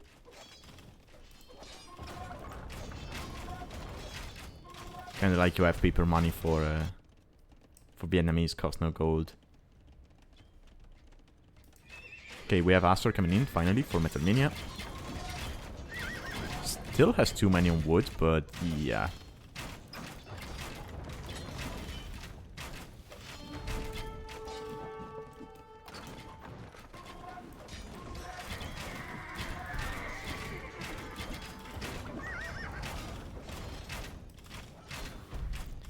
Yeah, Maxi is still hoping to have a chance for victory here. Yeah, now bomber cannons are coming in. Took down the tower. TC will go down and then the castle is going to be the next target. Mango die. Fully upgraded, just missing the elite upgrade. Which is probably the biggest one because it gives them 8 basic damage.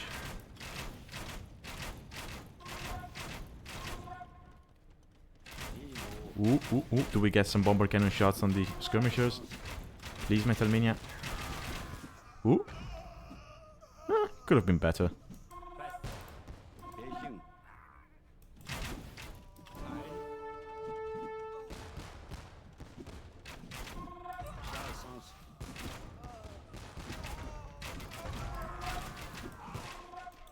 Metalmania getting everything at this point. Architecture, hoardings.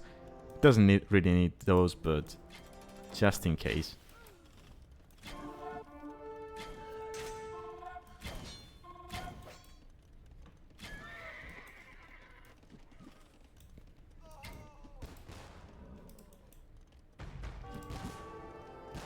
Okay, I think Maxi calls it the moment the castle goes down, right?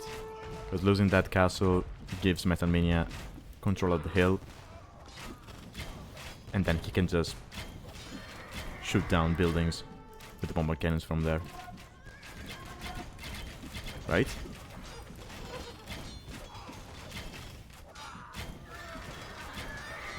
No? Maybe once he kills the TC?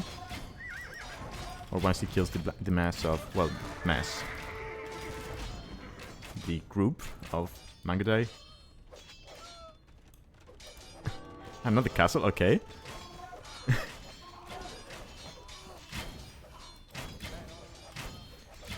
Yeah, I'm actually, after the game we had on modes, I really cannot say anything about you not surrendering despite the position, so just play on. Just play on.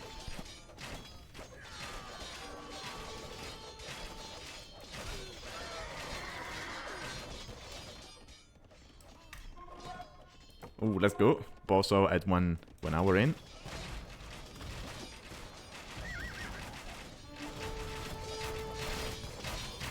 I mean, he's just going for the full tech tree at this point.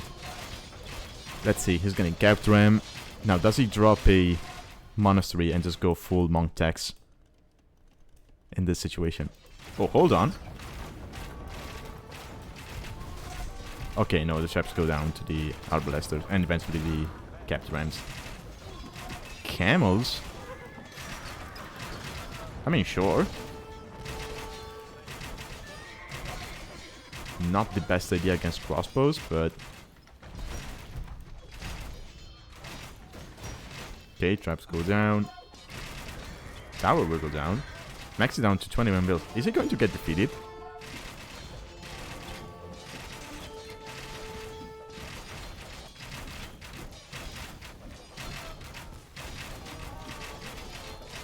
Okay, yeah, calls the GG. Drops to 19 bills and calls the GG. Okay. Okay, so Metalmania takes the first game. I have to say, he played well, right? I know I criticized the eco balance later on. Still a bad eco balance. But the way he held on despite the laming attempt from Maxi and the chaos he caused, that was nice. Maybe Maxi played a little bit too passive later on because he was faster to Castle Age. Yeah, he was 3 minutes faster to Castle Age. And instead of going straight for military and using the power spike, he just went for a second TC. I don't know, maybe if he better uses that Castle Age timing, he can maybe make something happen. Or at least becomes a very different game. But yeah, well played, well played.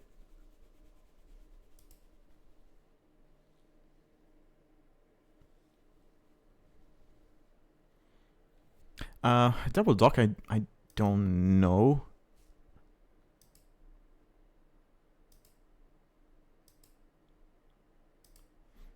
I mean, generally speaking, yes, you want to go double dock on this map, I think. In this situation, it worked out because he started out with one dock himself. And you were actually microing your fires like a god, to be honest. I think in the end, he won the water fight simply because, well, he's Italian. And, well, he added the second dock, so that would make sense. But no, there was a moment where you got to Castle Age. Was it around here? No, earlier. So here, you're going up to castle.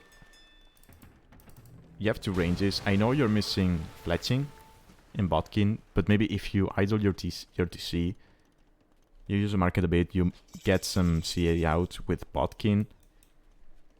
Here you can get in. Even if you cannot get in, I think you can clean the archers. and then you can breathe, because at the end of the day what killed you is the fact that you had no map control, because he could just get to castle with an army which you couldn't realistically deal with. Oh yeah, you had way less idle TC time.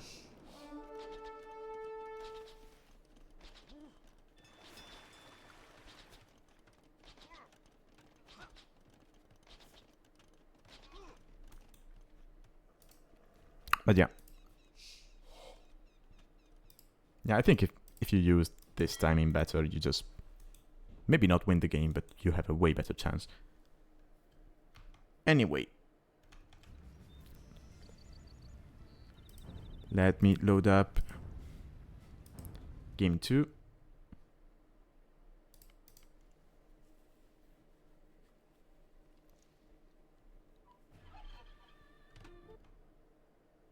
Okay. Here we go, which is going to be on prayer, and we have... Okay, we have Armenians from Metalmania and Koreans from Maxi. Alright. Okay, I like both civs.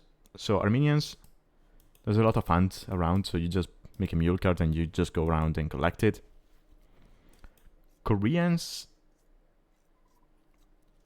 I like them because I think this map makes it quite easy for you to go into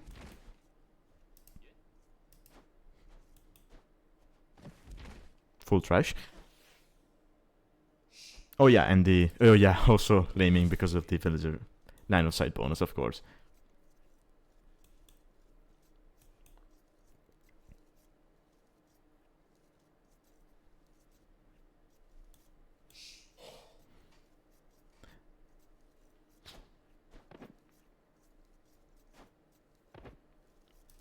Okay, so Max kills one deer.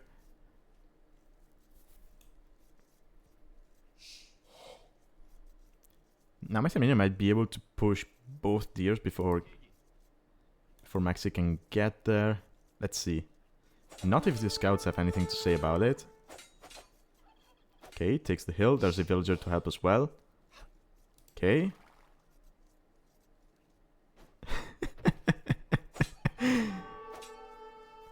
Just classic Maxi shenanigans.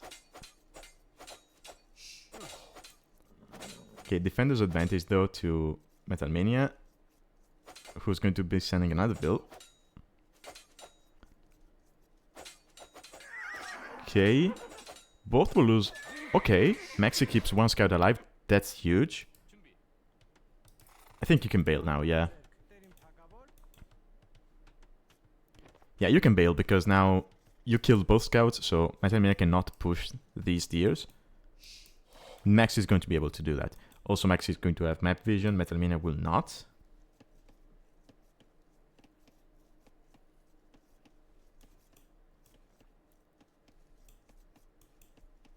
So yeah, this is a great start for Maxi.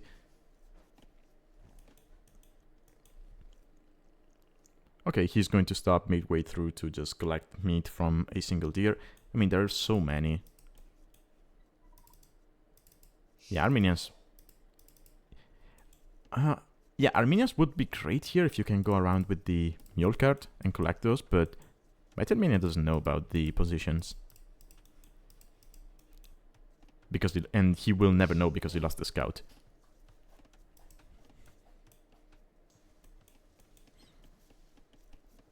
Yeah, look at this. Now Maxi can just go home with the scout, push the deer. Get that smooth eco rolling.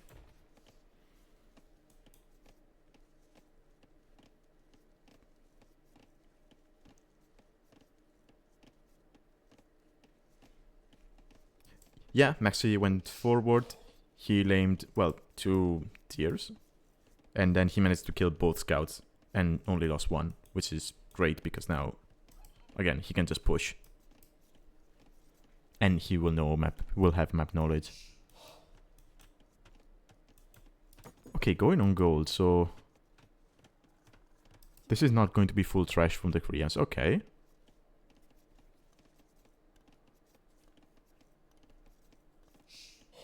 So I'm guessing this is going to be a archer opening for Maxi. Let's see if it is men-at-arms into archers. Kind of difficult to pull that one off on this map because of the lack of boars and how tight resources are.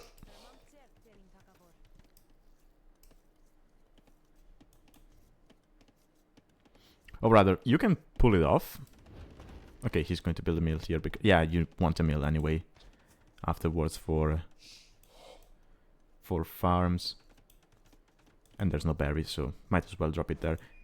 But yeah, no, you could probably make it, right? Opening men-at-arms into archers.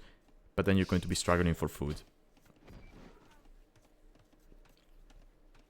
Unless you are, I don't know, Goths or Incas or something like that, where you have cheaper infantry to begin with. Now, that said, Metalmania is the first one up. So he's going to have that advantage, and he has a barracks already. So let's see if he... Yeah, okay, he's going militia. But as I mentioned, it is going to be difficult for him to keep up build production and eventually get, I don't know, fletching or whatnot if he wants to go into archers. Because just now getting the mill. And he is off food. Because he just finished those deers. So he will have to rely on farms to keep up build production. And he's going for 3 militia total.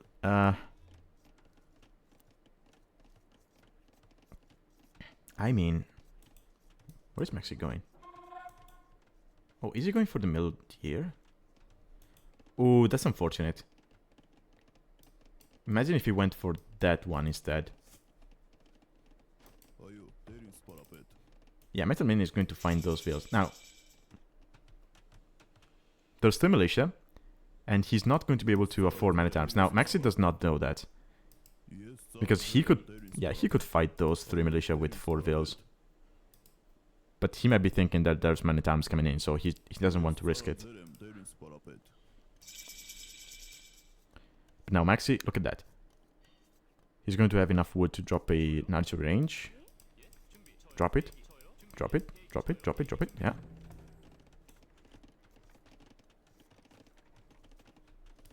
Okay, blacksmith. Ooh, man-at-arms even.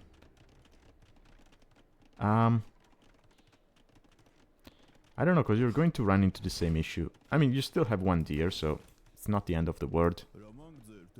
Okay, Metalmania now going out to get the deer with the villagers and the mule cart. Man-at-arm coming in for both players. Yeah, but look at that. Idle time is just going to keep rising. Now, that said, Maxi has an archery range. Metalmania does not. Because he's investing the wood into farms.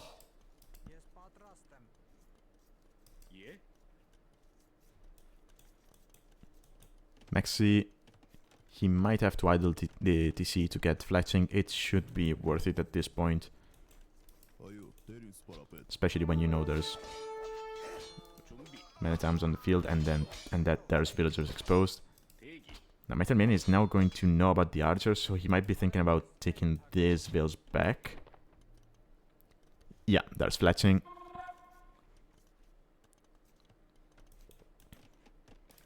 Maxi getting farms as well. He's going to be behind in farm numbers compared to Metalmania, but he's going to have the advantage military-wise. Now Metalmania is doubling down on militia. Okay. I don't know if you want to do that, especially against Koreans. These archers are so cheap on wood that Maxi could easily drop a second range and go double range production if he just sends a lot of vills to gold. Okay, Metalmania adding a archer range. It is not going to get denied. Yeah, there it is. Second archery range.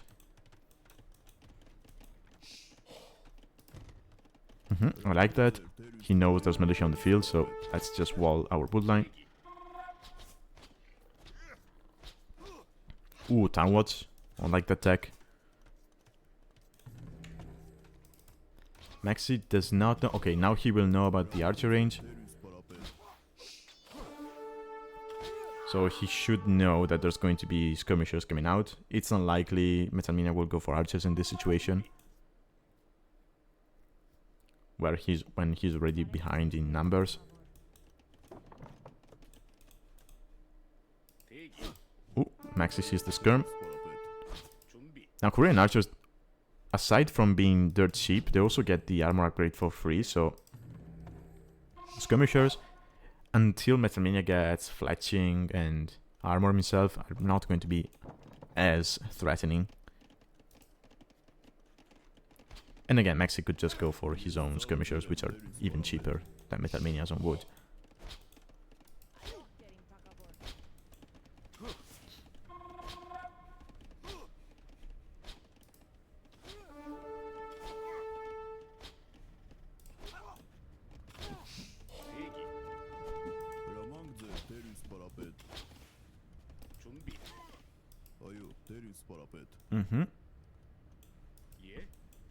Okay, nice. Maxi was just checking if Metalmania went out to those deers as well. He will confirm that Metalmania is not out here, so he can just... Yeah, I like this. Use one group to stay around the archer range and pick off any skirmishers, and you send the rest in the back of your opponent's eco.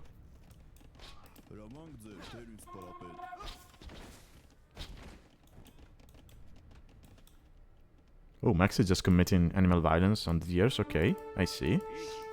He could pick off this skirmisher. He will lose those two archers, but that's probably fine. Okay, now...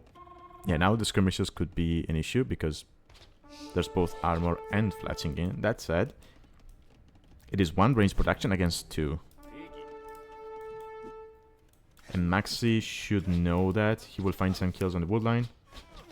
Yes. That's 2 vills. Make it 3. Make it 3. Okay, make it 4. That's huge. That's huge. Might be 5. Might be 6, actually. Yep.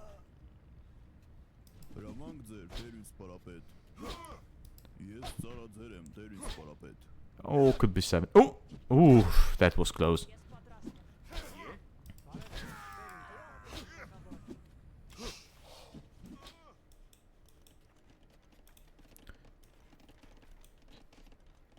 Yeah, Maxi is already ahead by 9 vills. We have 6 Eco KD against 0.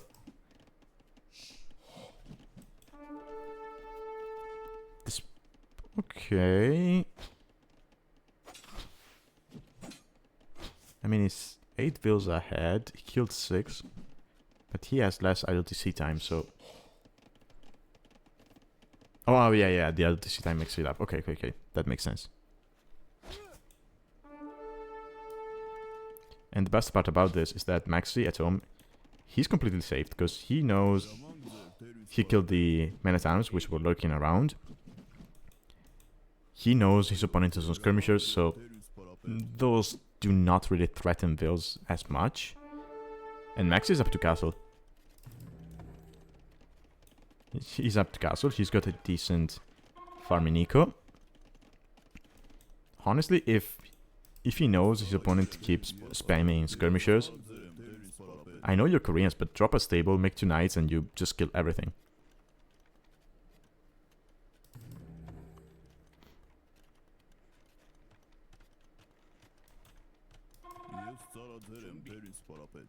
Okay, Max is going to drop a tower for good measure. I think...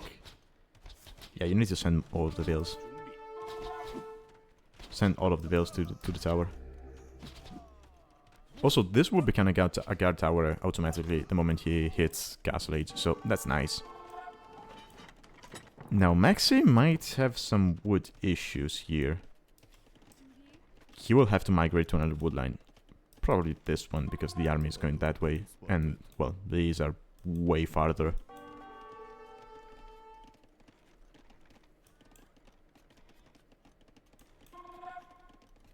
Also, Maxi still has this scout around. Is it?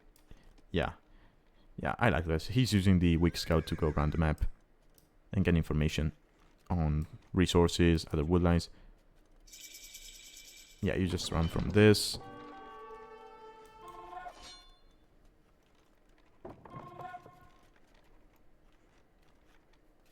Okay, crossbow, botkin.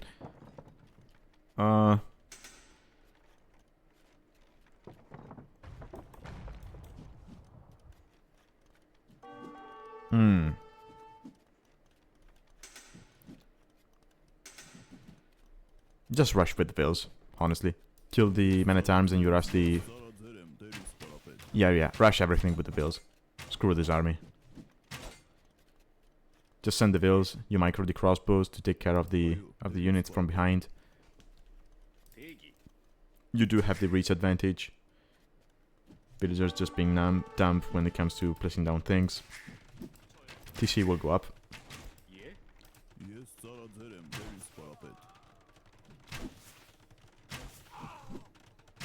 Nice micro. And Metalmania is getting longswords in feudal. Is that the play? I don't think it is. I mean, you know your opponent is in castle. He already has crossbow. He already has botkin. Are you seriously going longswords in feudal when you're going to be missing Gambison and the second armor upgrade?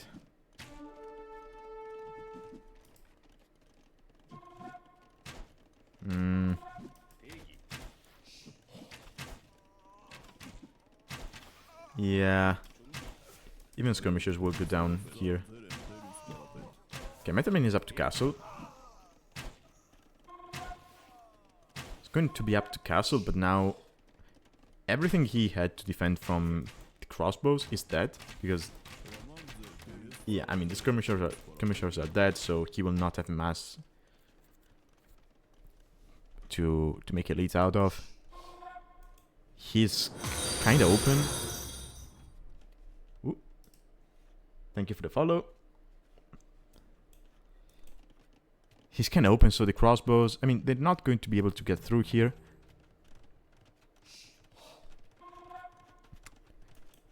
Who was it? Oh, Zetnos. Thank you. And welcome. Yeah, I mean, the crossbows, they can just walk around here. They could even take it out on farms if they wanted to. Maxi is already on 2 TCs. There's a tower here, so that's going to be nice. To keep the crossbows off of the wood line.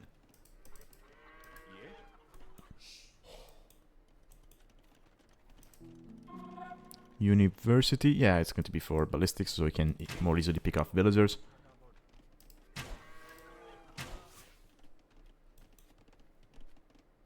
I'll be honest, I don't know if that's what Maxi was thinking at the moment, but to me, ballistics sometimes is kind of a frustration tech.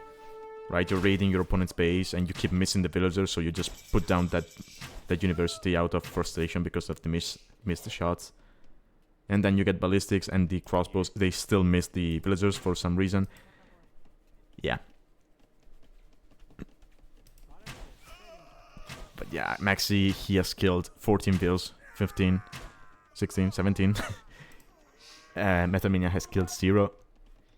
He got longswords, but he's not making any because he knows they're not going to be able to do anything against the crossbows. Also, he doesn't have the eco for that. He's migrating, looking for probably some other gold. But yeah, double the vills for Maxi. I think Maxi got this.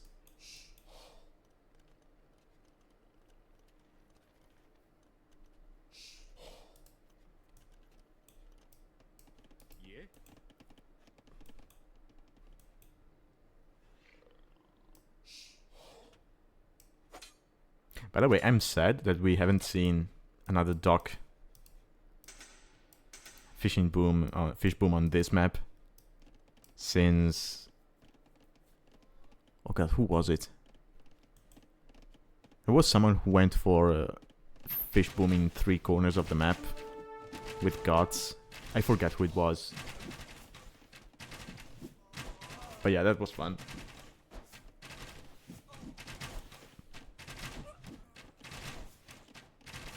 Ooh, I just noticed no eco upgrades for Metalmania. Well, aside from Wheelbarrow. It's a shame he didn't get double bid X, so he's not going to be able to make use of that nice bonus, which makes it more effective.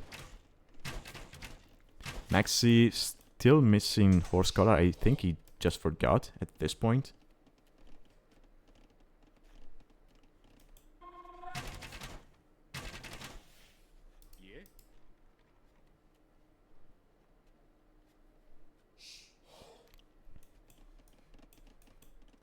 And to me, Metalmania is kind of dead at this point, but maybe he's thinking back at game one about the position that Maxi was in before resigning, and he's just thinking, nope, I'm not going to resign either. Okay, 30C for Maxi.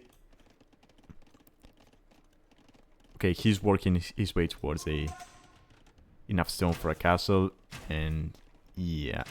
Okay, he doesn't know about this, which is good for Metalmania. So he's probably going to drop the castle either here or here, I'm guessing, or even here. But I mean, that's going to be a castle on a dead eco.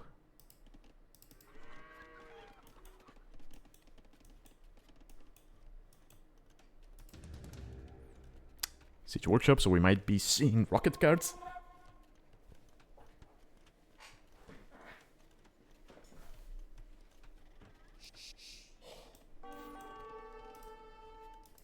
Ooh, single skirmisher being annoying. And we have a university for Metalmania as well.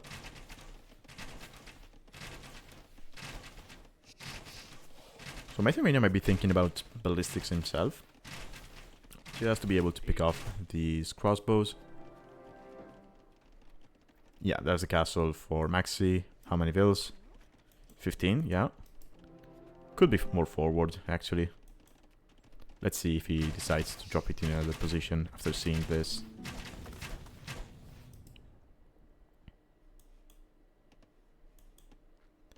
That's so unlucky that he didn't. Well, not unlucky, but he should probably... Okay, he didn't. Okay, he lost the scout, so he doesn't have that one to go around and check. Metalmania, he will see the castle go up, yes. Oh, and Maxi clicks Imperial, okay. I'm guessing Metalmania will call it the moment he sees Imperial.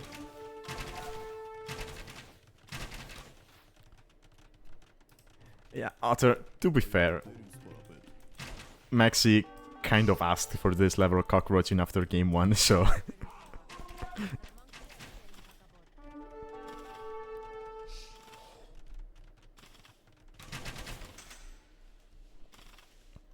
Yeah, I don't see a way back into the game for Metalmania. Unless Maxi deletes all of these crossbows. And even then, I'm not too sure that... I mean, he's kind of gifting them. Ballistics is in... Maxi dodging ballistics?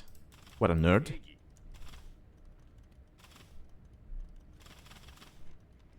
No, I mean the amount of cockroaching that Maxi did in game 1. I think that's why Metalmania is cockroaching this much. Because Maxi literally resigned when he dropped down to 19 bills. And he had been dead for a while by that point.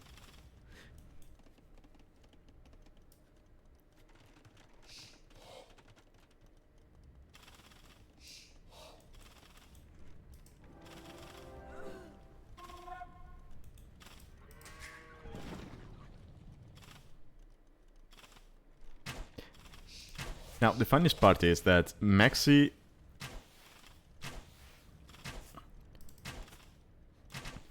might be thinking that his opponent is cockroaching way more than we know. Because Maxi might be thinking this is the only things that Metalmania has left. He doesn't know about this.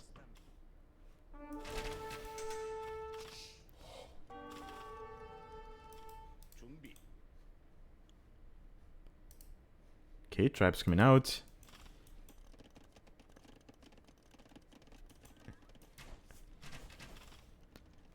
I'm going to speed up a little bit, because if Metalmania is just going to not give up. Okay, no. Okay, now he gives up. Okay, perfect. So Maxi takes game 2, and the set ends in a tie. Okay.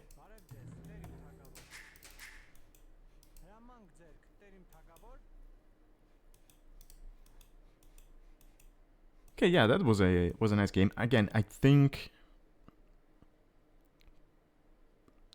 probably going man at arms for Metalmania is what set him back too much in feudal, because again he had no resources whatsoever.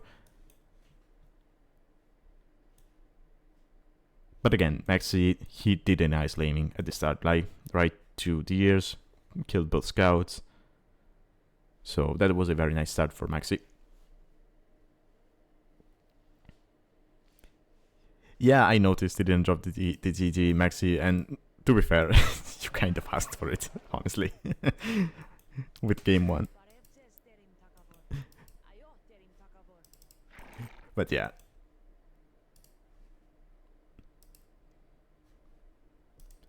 Yeah, this game was a little bit more one-sided than game 1.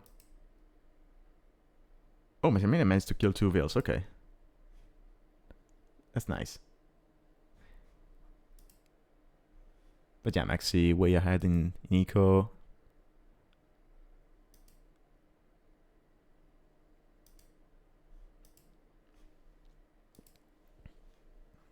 Okay. Alright, so we have 1 set left for today. I'm going to take maybe 2 minutes of a break. And then I'll be back and we can jump into that one. So, see you in a bit.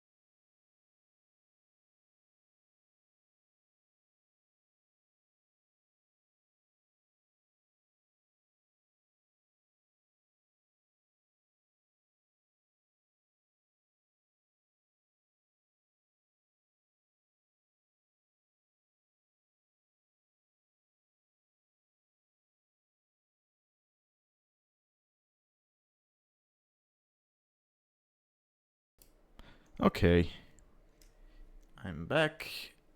So let's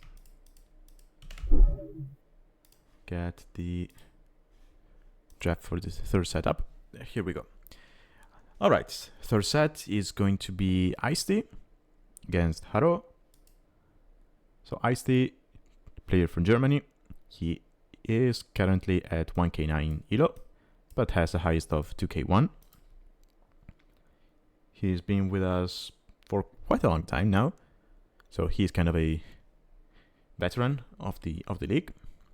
And he's going to be playing against harooooo, who is slightly lower elo-wise. As you can see, he's been as high as 2k and currently sitting at 1800, yeah, a high 1800 if you will. Now he's been playing with us for a while as well, but I don't think he's been with us for as long as e1sTea, but I might be mistaken. But he's played in at least 4 seasons up until this point. All right, so let's take a look at maps.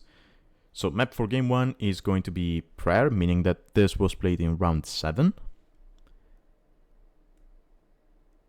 And game 2 is going to be played on Paradise Island. Or rather, Paradise Island, because it's a single island. As for civs, usual 5 bands: Romans, Lithuanians, Burgundians, Bulgarians, and Poles. Well, Lithuanians and Romans both are good bands. Burgundians can be tricky to play, but I think they're very strong. And Bulgarians and Poles, I don't think we've ever seen them in the entirety of the league being played. As for civs, as for bands from the players, we have Persians and Chinese from e1sTea, who then picked Mongols, Khmer, Japanese, and Slavs. Of course, Khmer were sniped. And as for harooooo, he banned Portuguese and Britons. He picked Georgians, Magyars, Saracens, Italians, and got the Georgians sniped.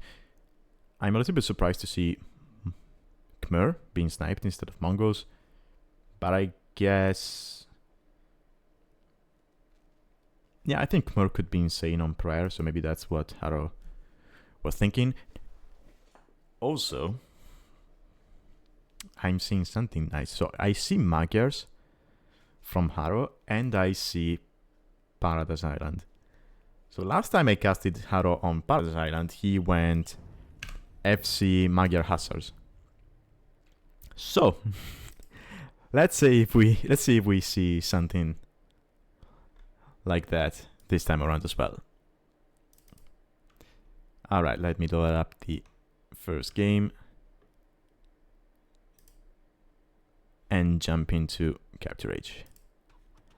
Okay, so game 1 is Prayer, and we have Italians from harooooo and Slavs from e1sTea.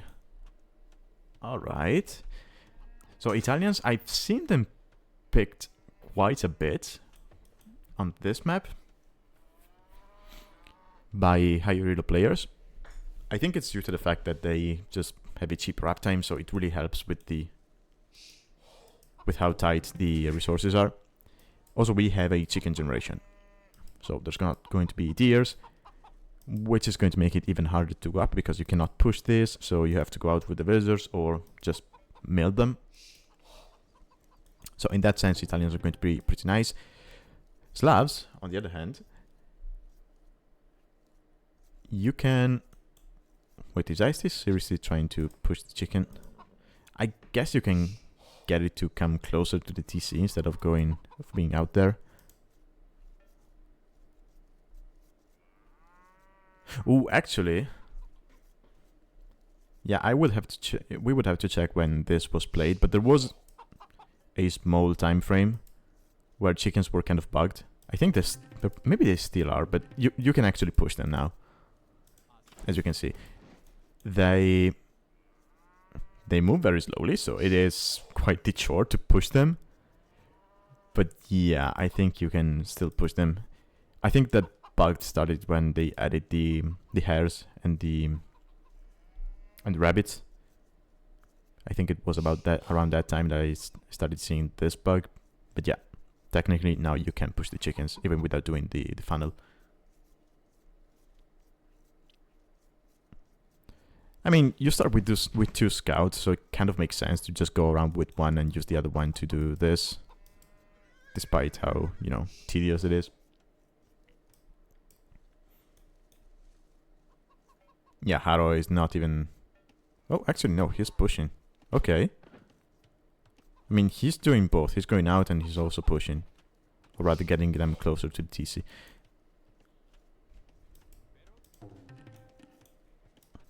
Anyway, slabs. So, you do not really get any useful bonuses in Dark Age, well, aside from the fact that your barracks will provide more population, which is nice. I especially love that in team games.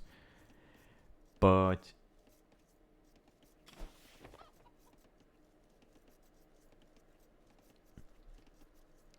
yeah, the moment you get to feudal, your farming eco is going to be great. It's going to be insane. And you want to go quite early on farms on this map because, again, no boars. You normally get tiers, but yeah, here you got these two patches of 2. And that's it. For the rest, it's chickens. So yeah, that's another reason why I really like more on this map. Because of the insane farming eco. Now, if this goes late game, I do prefer the Italians because, well, BBC Genoese kind of hard counters Slavs. Oh, harooooo found those 2 extra cows. That's nice. Yeah, it's going to have 2 more than the e1sTea. But before you get to that late game, I think Slavs could be, or rather, definitely are more scarier, right?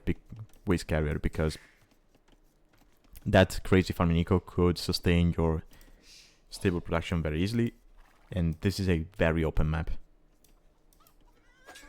Oh, harooooo taking the first hit on the scout, might run underneath the CC. Oh, might lose the scout. Oh yeah, he loses the scout. That's unfortunate.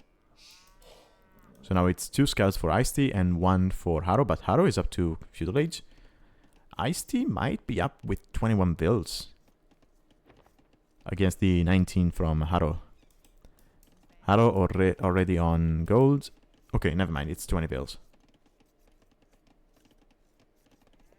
Already on gold, so he's definitely going into archers. No barracks yet, so this is not going to be men at arms.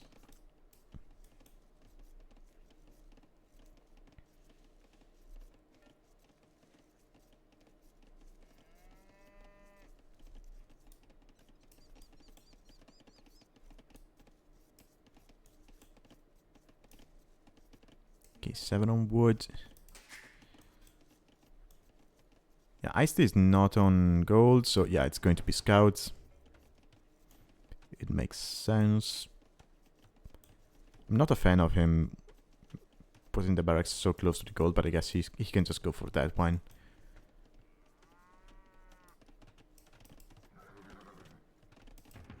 So e1sTea still has 2 scouts on the field, so we might see a spear from harooooo as soon as he gets to feudal, just to deal with those 2 guys.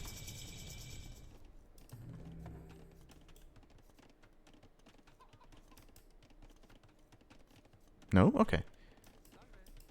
Because they still have full health. So if they get on this woodland, they might be able to pick off a single bill.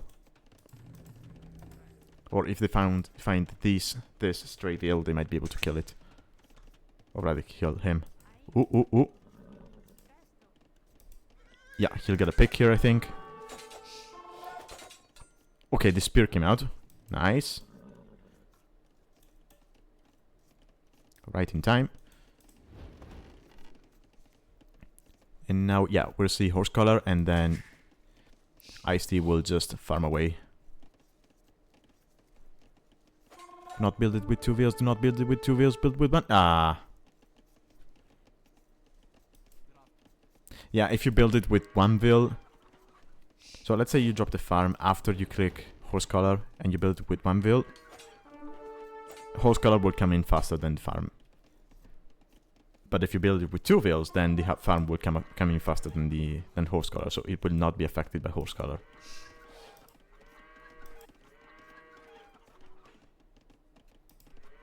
Oh wait. Oh, okay, he got the timing right. Okay, never mind. Whew. Just in time. Yeah, because it's 221. Yeah. Okay, he got it in time. Never mind.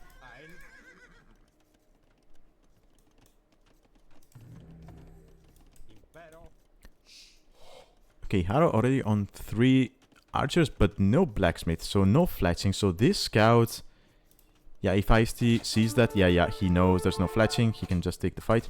There's a spear, which could be scary. Yeah, but there's enough scouts to take down the spear. Loses 2 scouts, actually. Okay.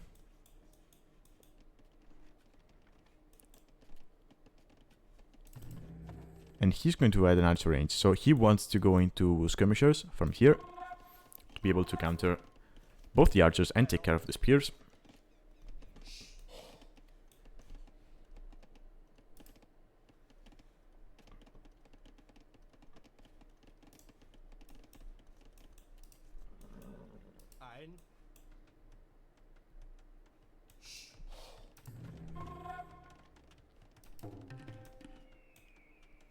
Archers coming forward. But yeah, the scouts find another kill. If they get on this woodline, they might be able... Okay, never mind. Haro was in time. But that means he stopped moving with the archers, so... Ooh, they killed the house. Ooh, that's bad. 1 bill and 1 scout go down. Actually, 2 scouts if you count the... Well, the blue one.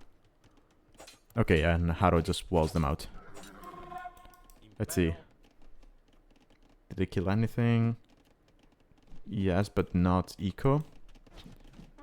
And now there's skirmishers out for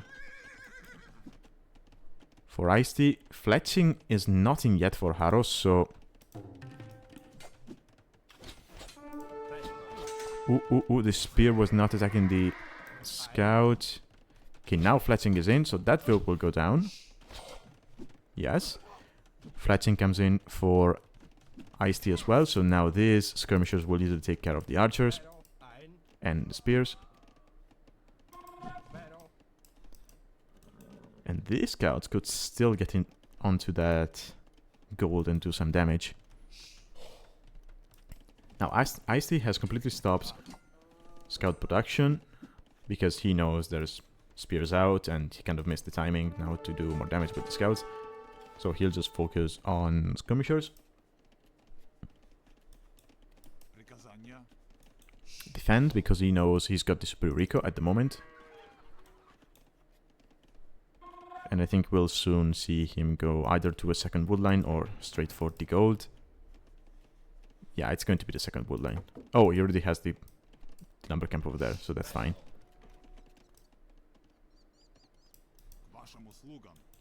Okay, he defended, so he's now going to be coming forward with the skirmishers, which will not be able to get in, but the way Haro is walling, right to his gold, instead of leaving a couple of tires between the gold and the wall, means that e1sTea will at least be able to harass the villagers. Not kill, not necessarily kill. Oh, he's going to get that one. But now he can harass, he can just kill the archers and the spear with the skirmishers. Might be able to deny the tower. Actually, yeah. No, okay, no. No, tower goes up. Couple of bills were lost there for Haro. Yeah, e1sTea is ahead by 7 eco at this point. And now he's just going to sit underneath the tower. And Haro will not have gold access, whereas e1sTea now going to gold. Also building a market, probably to sell some wood. I wouldn't sell the stone, considering how ahead you are, so you might want to keep that stone for TC.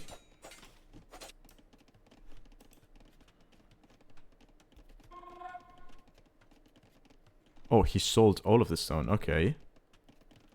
Never mind.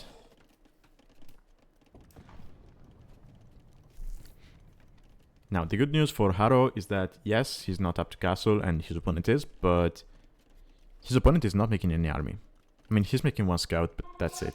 So if Haro moves forward with his army, he could maybe find a way to do some damage, because there's still a passage between that barracks and the gold.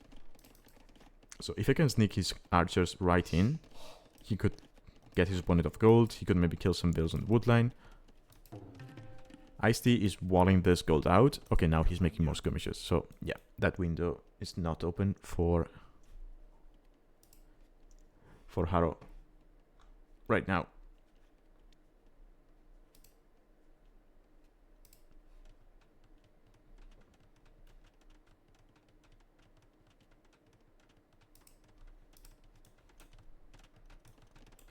Okay, Haro kicks up as well. Again, being Italians, it's cheaper, so it's easier for him to go up. He's got tons of bills on gold.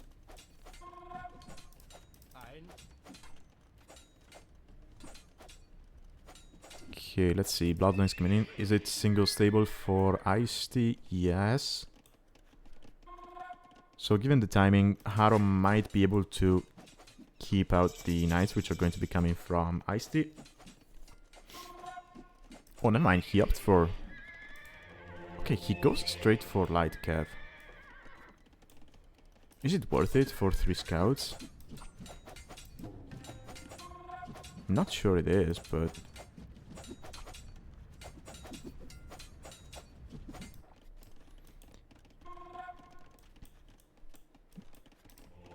Cool. Okay, going straight for the monastery. I mean, standard victory is a possibility. And Slav monks do move faster, so it's going to be easier for him to go out to grab those relics and bring them back. But... Okay, Elite Scrum coming in even. Okay, so... e1sTea is completely ignoring the Nightline for the time being. And he's going to stay on light cav. Huh. I mean, sure, you do not have that many on gold. So going straight into knights might be difficult. Yeah, but look at this. Crossbow and Botkin came in. So e1sTea is pushed off that wood line. He'll go for this one, but he's dropping the TC. I don't think he's ever going to be able to get into this wood line.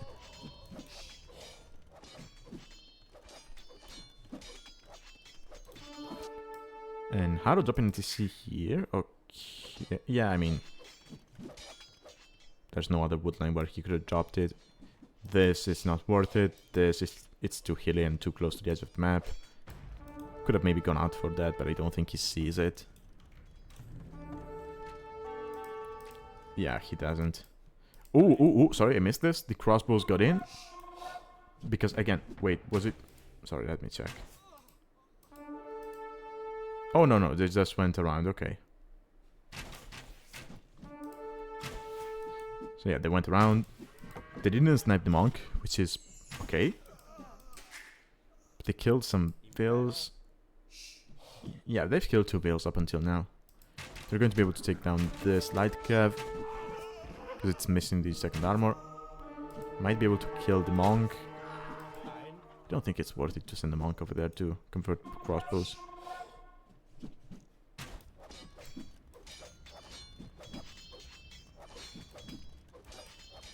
Yeah, these villagers will they just left the position because Haro knows he's got this wood anyway secured. And Haro is kind of stabilizing behind this, right? There was at one moment he was behind by 9 vills. Now he's behind by 2. Granted, e1sTea got the wheelbarrow upgrade.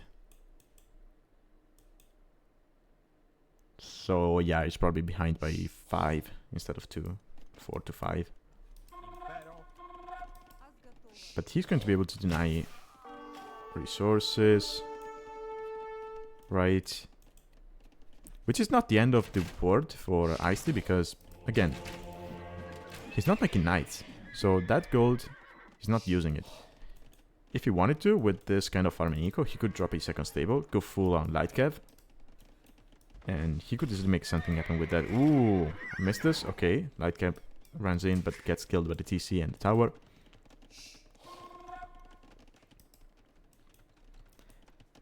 And harooooo is just going to go back home. 30 C for e1sTea.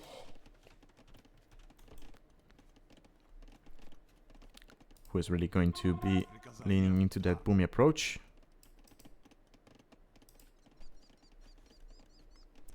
Build numbers are not that different, but yeah, it's more balanced for e1sTea.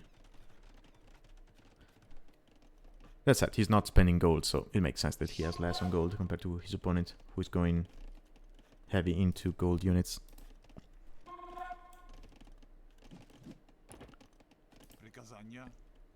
Full on skirmisher for e1sTea, because it's Age of Skirmishers.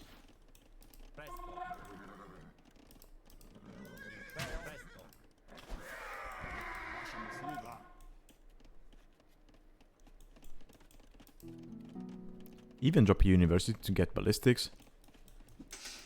Which makes sense. Crossbows are slightly easier, well, not slightly, they're way easier to micro than skirmishers because of the attack speed. So you really want to have that upgrade to make it easier.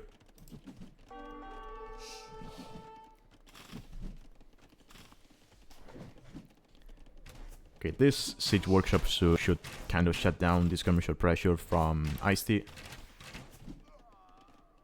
Actually, e1sTea could go for siege himself if he wanted to.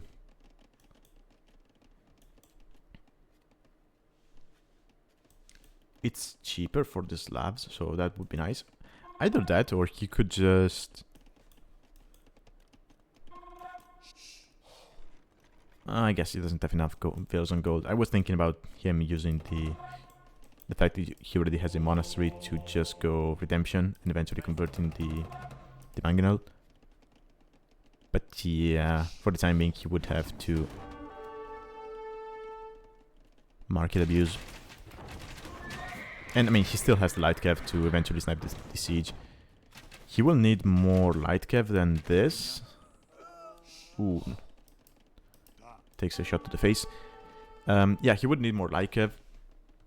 And I would say the second armor upgrade. I think if he gets like 10 light cavs and the second armor upgrade, he can snipe anything here from harooooo.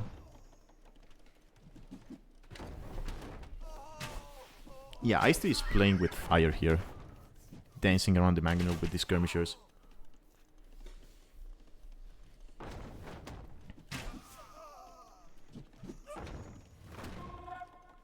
And I mean, I wouldn't mind that if it was the mangonel alone. But there's archers behind the mangonel, right? So the moment you split with the skirmishers to dodge the mangonel shot, you're going to get shot in the face by the crossbows. Also now there's two mangonels, so it's going to be even harder to do that.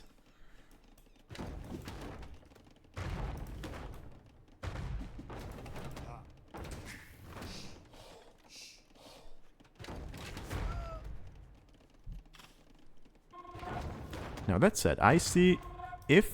Okay, now we're going for the siege workshop because he knows he needs that. Ooh, takes the hill. Can he get some shots on the... Nope.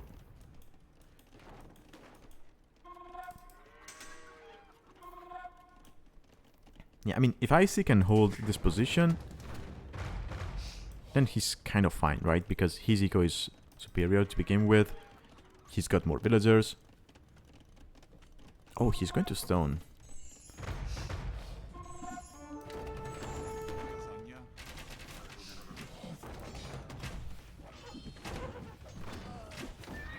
Oh, he might be able to snipe that. Yes.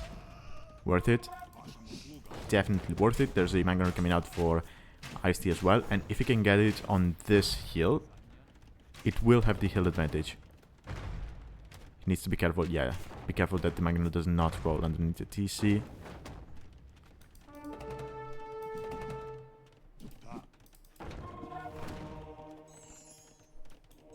Are we going to see redemption?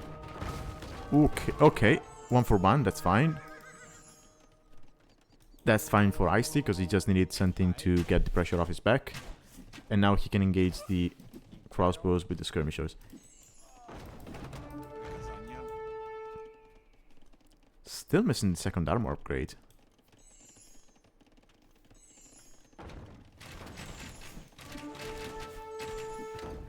I mean, e1sTea is being very conservative with his resources, right? Because I feel like if you went knights, or yeah, even the second armor upgrade for the light cap. Okay, yeah, as I say that he goes for both, okay.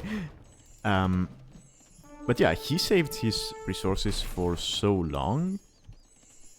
And I guess he wanted to invest as little as possible in army and just invest into eco. And now the eco is going to pay off for itself.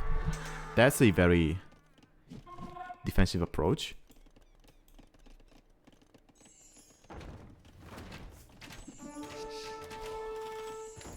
Ooh, I like this.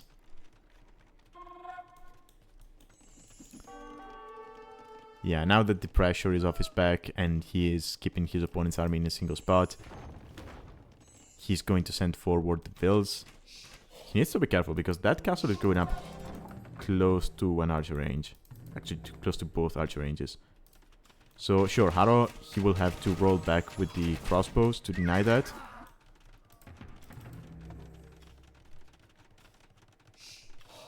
Yeah, it's good for e1sTea that harooooo stopped producing crossbows for that moment, because now this castle will go up.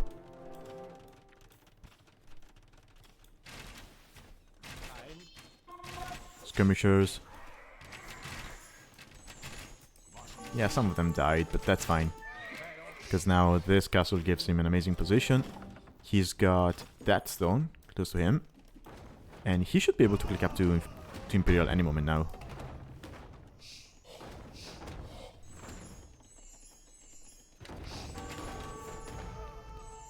And now he's making boyars. Ooh. Yes. So for the time being, let's look at their stats. So a boyar for the time being has the same HP as a knight in castle age, but he has 2 more attack and 2 more melee armor.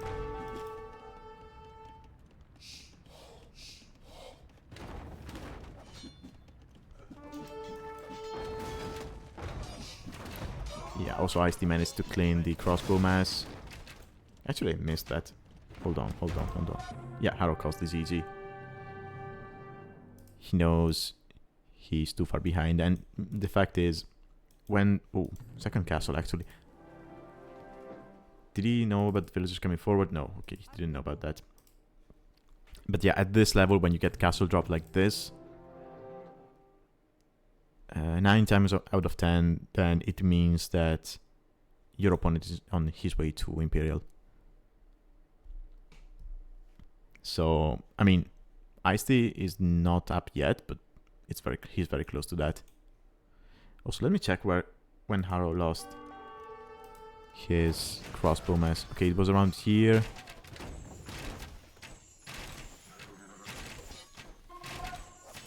So the knight... Yeah, and this is when the castle starts going up. Actually, when the castle went up. So, harooooo might... Yeah, he was distracted by the castle and just lost the crossbows to the skirmishers. That's unfortunate. And very, very well played by e1sTea.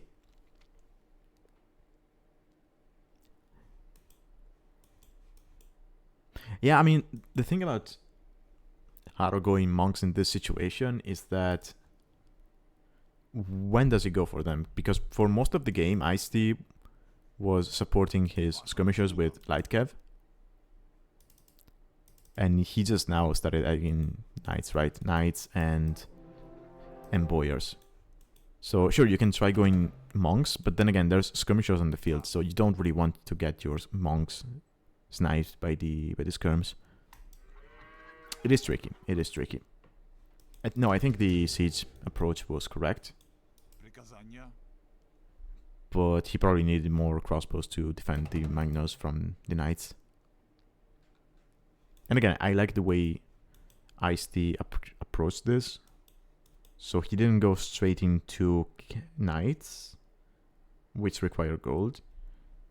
He stayed on light gev, so he didn't need to have as many veils on gold, meaning that he could have more veils on wood and food, which allowed him to drop more TC, more farms, to make more skirmishers. It was a very defensive approach, and I liked it.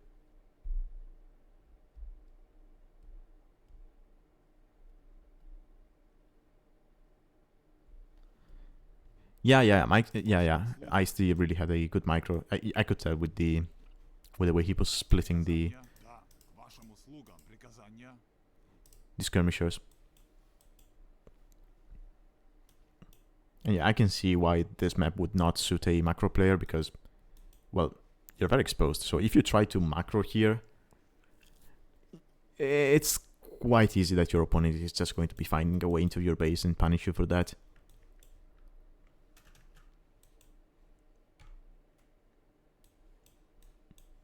So yeah. I mean, the only reason why e1sTea was able to boom behind this was because he had a good advantage in feudal, right? All the pressure was on harooooo's base most of the time. And then he defended well with the skirmishers, because his opponent was on archers, which are not mobile. So you cannot really run around your opponent's base with those. I mean, if you manage to get into your opponent's base, and sure, you can do a lot of damage, but if there's skirmishers in that base, then you're not going to be able to accomplish too much.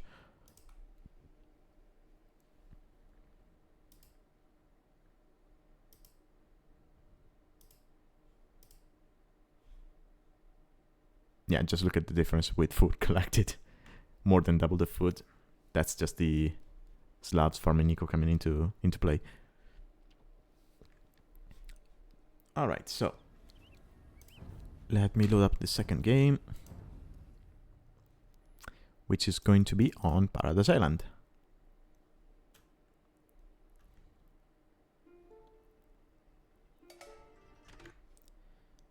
And we have e1sTea playing in yellow as the Japanese. Oh. And we have harooooo in purple playing as the Magyars. So,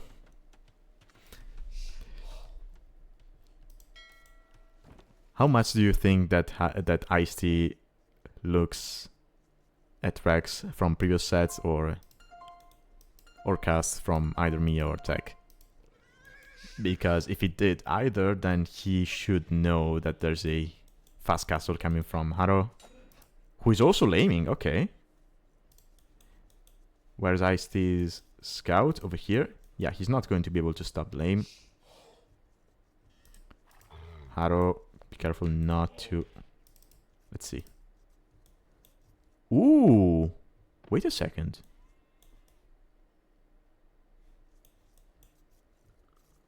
Wait a moment. This is huge.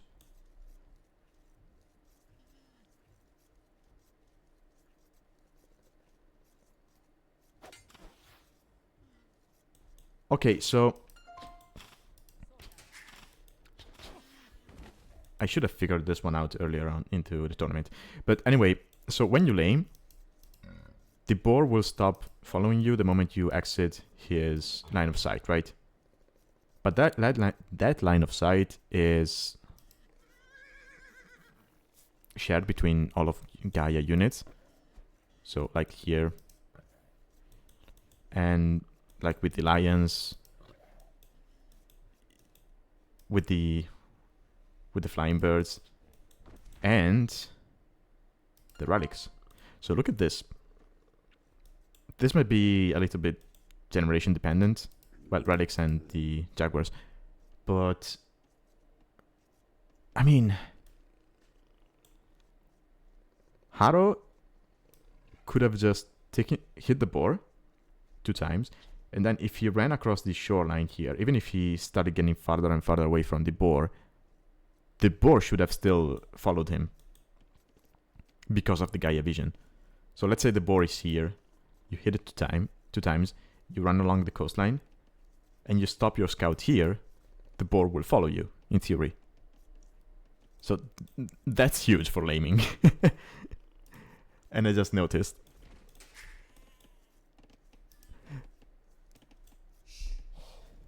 And honestly, it's good. We just noticed that, because imagine what Maxi would be able to do with information like that. But actually, let me check. Does Maxi have any sets left to play? I'm just opening real quick the live board. Okay, no, Maxi is done with his sets. Okay, so yeah, he's not going to be able to use that. Oof.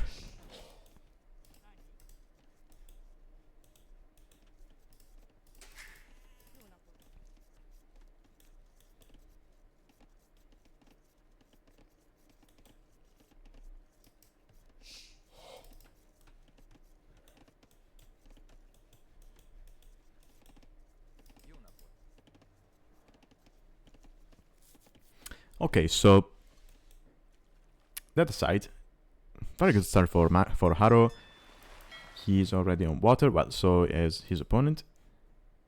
One fishing ship out, he has already eaten 3 boars. He's going to get his 4th over there. Going out now with the villager. He pushed all of his deer. Oh, actually 1 is missing, but that's fine. e1sTea, yeah, just finishing up the deer push. Did he get... Yeah, he got 2 of his remaining boars, and he's up to feudal. And he's going to have a nice eco behind us because of the Japanese fishing bonus. So, here's the thing. Generally speaking, when you have 3 boars, in addition to the deer, it's not really a good idea to lame, because most builds will work off 2 boars, and you do not want to give up scout HP, right? So it's not always a good idea to lame when you have 3 boars. But in this situation, when you're harooooo and you want to go fast castle, you don't really care that much about scout HP, because, well, you're going to be way later to feud anyway. So you don't care if you eventually lose the scout. Like, he hasn't clicked up yet. Now he's going to get loom now and then click up. So you do not care about the scout HP, and you want as much food as possible to kind of make it easier for you to go up to castle. So in this situation, it makes sense to lame. It really does. I mean, I guess especially with Magyars, because then you're going to have 1 more attack than your opponent once we get to feudal. So it's not going to be as easy for them to take the fight. Wait, 22 HP? Did e1sTea... Oh no, okay, he tried to lame one of the boars. Yeah, because I was looking at that one behind the woodline, and I noticed it had taken 6 damage, so that makes sense. Kind of missed that maybe when I was looking at Max's situation. Ooh, no. Oh, this could be bad for harooooo. 1 bill goes down. Those are Japanese man-at-arms, so you do not want to fight them with bills. And they should be able to break through the palisades quite easily. I mean, harooooo might be able to get up to castle here. He's going to sell the stone. e1sTea needs to figure out that there's a mining camp over there. Yeah, so there's going to be blacksmith and market coming out from harooooo. Yeah. There's the market. He'll sell some stone to go up. Ooh. Just in time. Yeah, that's the blacksmith. He kills the enemy scout because he still had more HP. Because both lamed, or rather one of them tried to lame and the other one actually managed it.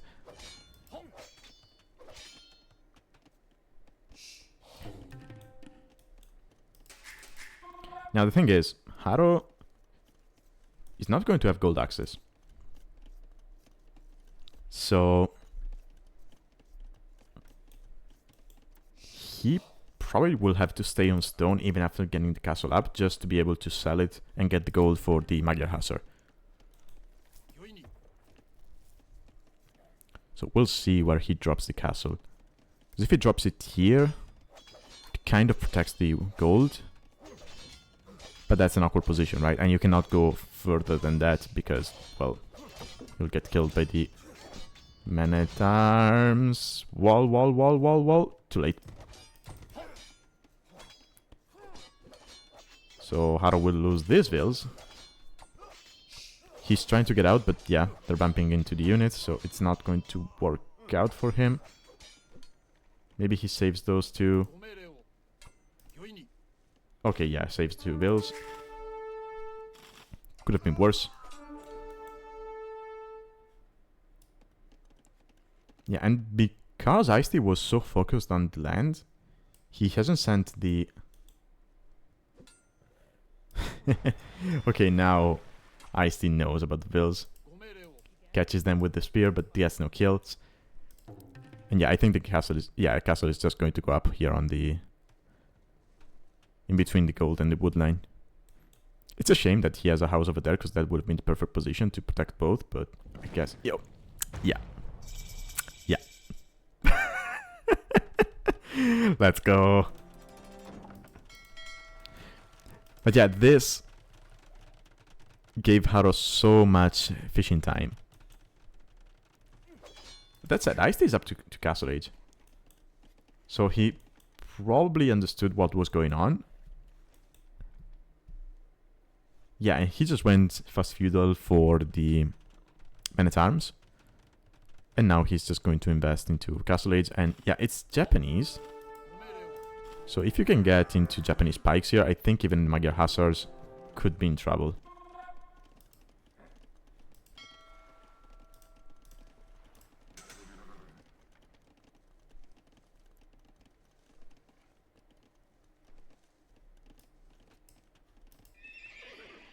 Oh, e1sTea is opting for a stable instead. I would go... I don't know, I would go for double barracks, honestly.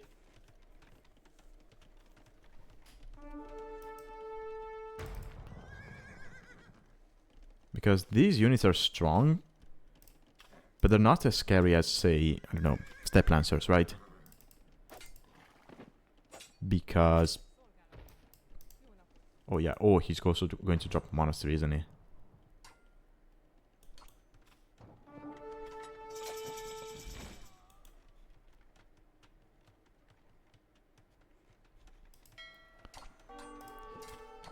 But yeah, as I was saying, these guys are strong, but they're not as strong as a Steppe Lancer because they lack the one range. So if they want to hit pikes, they will have to get hit themselves. You cannot micro them against pikes the way you can with Steppe Lancers. There is a to spam in a certain way because they do cost less food and they're more gold intensive. So you can just go low eco for them. I mean, even lower eco than you usually do for Steppe Lancers. And they're in. And they kill one build. Is it 2 builds? Yeah, kill the spear before it becomes a pike. And this is pain for e1sTea. Yeah, they killed 4 builds, just like that. So, I mean, they're strong, but they don't feel as unfair as Steppe Lancers do, right? At least in my opinion, because again, you cannot micro them against pikes. They do require a castle to be made, so it's a different kind of investment. So I like this. And look at this. Haro, he knows all he needs is gold, so he's just going to take the relics.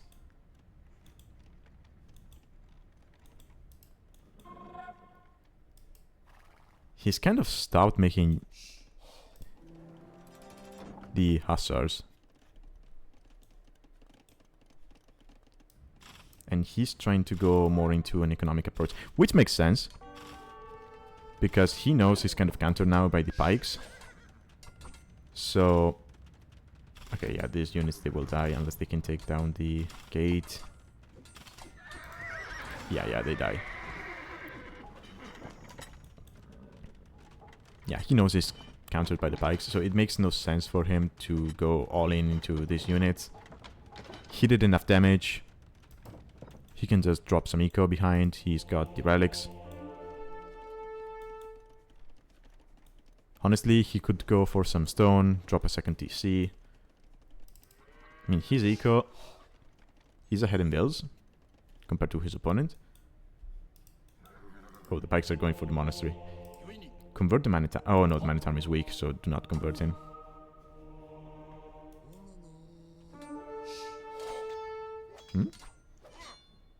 Why did I get a pause there? I don't know. Anyway, yeah, those pikes without Arson are never going to be able to take down the monastery without getting converted first. And I mean, now, Haro, look at this. He knows the pikes are over there. So he just says, okay, I'll just break through here and keep on being annoying. Ooh. Get some free hits there. Ooh, that was sloppy. But honestly, from here, you could even consider dropping an archery range and just switching to cav archers, right?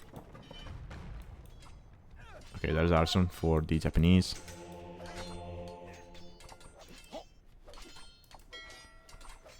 If the monk gets out and converts the full HP pike, then he can probably keep on healing it as it kills the other pikes.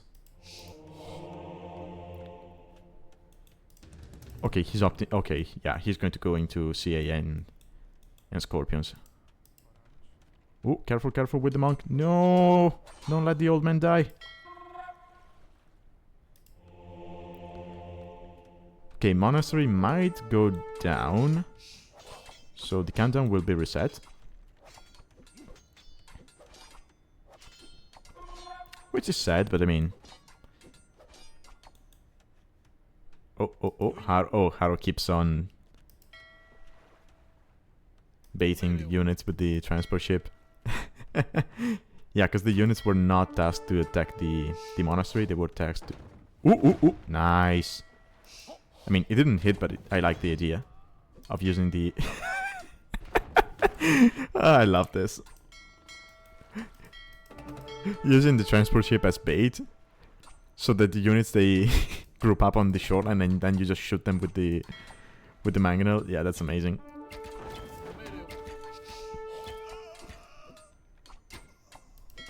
Whoop, do not lose the transport to the pikes. Ooh, pikes do have bonus damage against ships, so you need to be careful about that.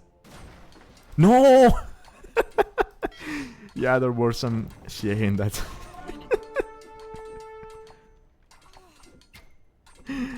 Oh, I love this game.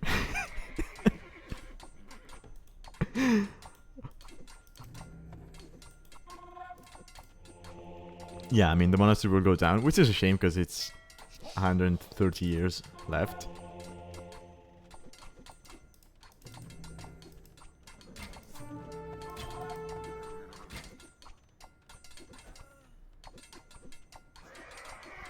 Oh, those CA were missing even fletching, okay.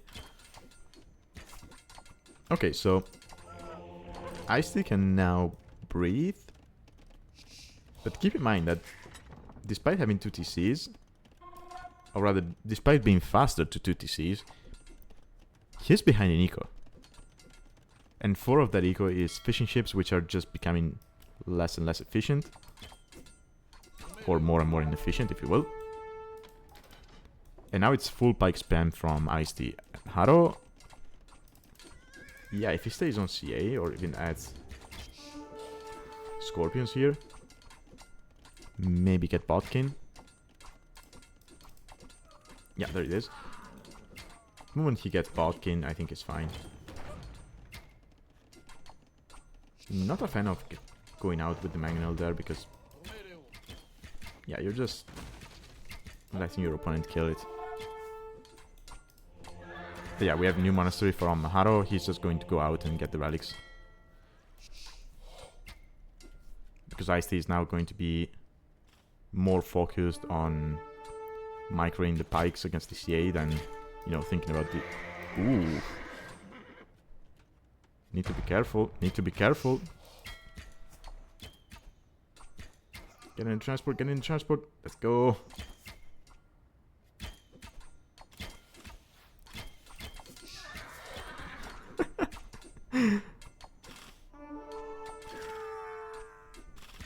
Yeah. Yeah, I guess crossbows would be... yeah, pikes counter CA. Yeah, crossbow would be... would make more sense. I think he went into CA because then he doesn't really need to get the crossbow upgrade, and he can make use of the Magyar team bonus, right? So I guess that's what he was thinking.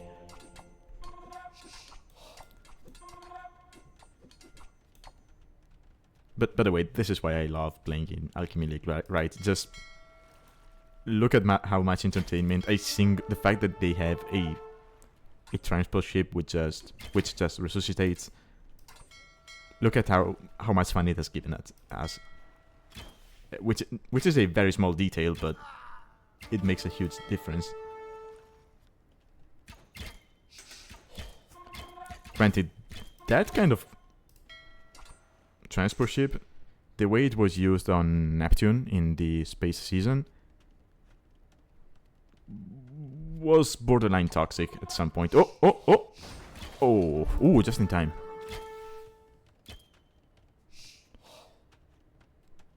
No. The Magyar team bonus used to be more line of sight on the archers, but it was changed, I think, last year, I think it was, to mounted archers training faster.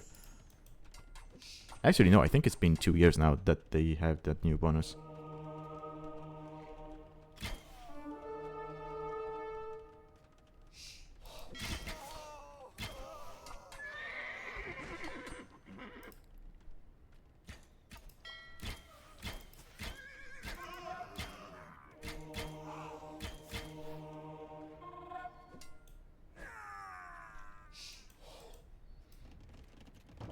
Okay, now e1sTea surpassed his opponent eco-wise.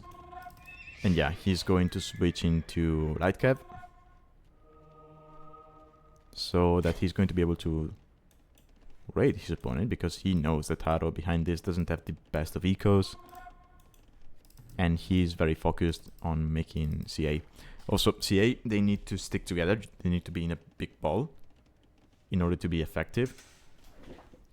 So e1sTea knows that if he starts attacking from multiple angles, right, from here or here, he's going to be fine. Okay, this is a ballsy castle.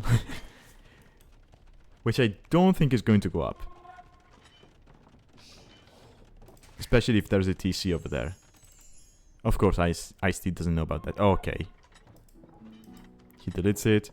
Oh, please tell me he drops it here instead.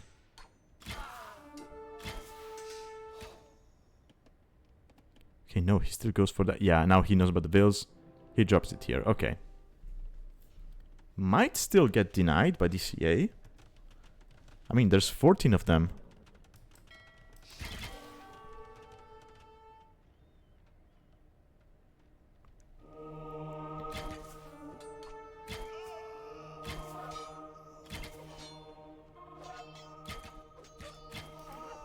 No conversion. Did he get redemption? Sorry, devotion?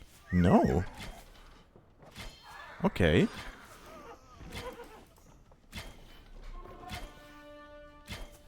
So that forward castle from e1sTea was kind of a questionable move. Luckily for him, he didn't lose all of the bills, so it ended up being not as bad as it could have been. Oh, that said, harooooo, I just noticed he's off gold. I don't think he knows about that one. Yeah, he should know that gold tends to spawn on the sidelines, or rather close to the shoreline. Sorry, to the outer shoreline, because we have the inner one as well.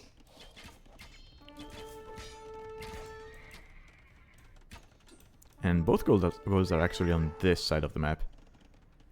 And e1sTea is kind of locking down this side, so... Yeah, harooooo prevented him from taking this side. But that's kind of fine for e1sTea, right? Because the golds are both here. So castle here and maybe some walls will secure this one. And then if you keep pushing from here, eventually you will push your opponent off gold. And look at that, harooooo is going for outposts because he wants to know where the gold is. And of the two players, he's the one going for gold intensive units, right? Oh, and e1sTea is adding samurai, okay.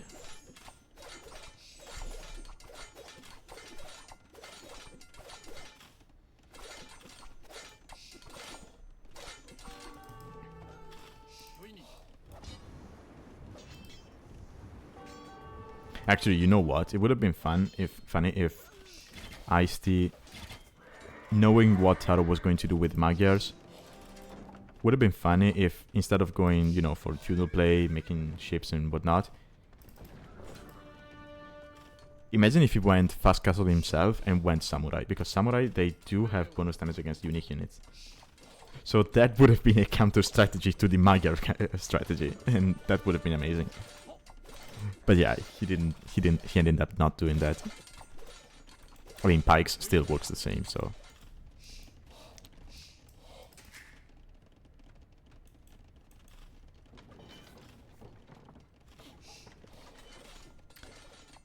Okay, so both players have around the same eco. harooooo has less army, well, slightly less army, but I would argue he has the stronger army of the two. I think he's still missing Thumb Ring. Yeah, that makes such a huge difference. But we have Imperial for e1sTea, and he's switching into a Discurm.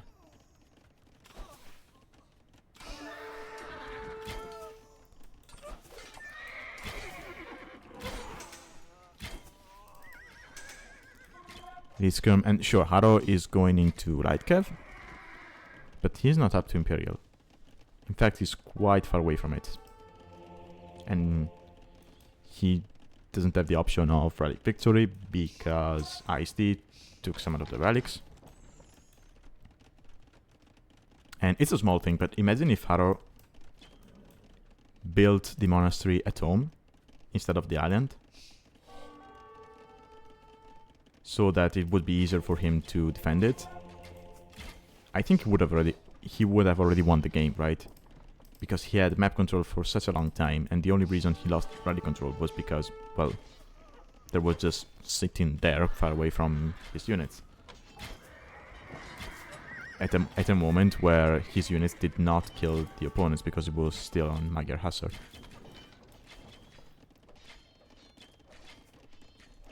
I think if he builds the castle with the monastery, he kinda dies, because then his gold and woodline are exposed. At home he has nothing, and e1sTea can just go, okay, you want the island, take it, I'll take your base, and then I make a couple of rams and just go to your island with rams and military and take down the castle and the monastery. So...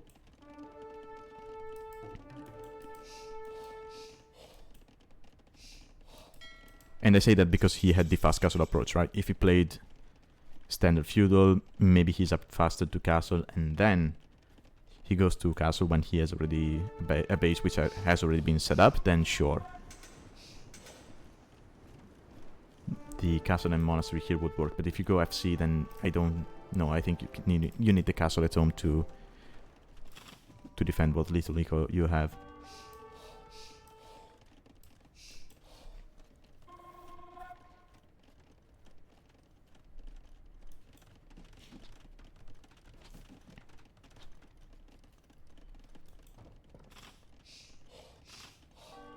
Now that said, e1sTea, he switched to skirms, but he's no longer making pikemen. And harooooo still has the ball of cav archers. I know he got light cav, right? He's got a good amount of farms. He's going to drop this defensive castle. He's going back to Magyar Hussar. And he's going to be mixing in some standard light cav. And honestly,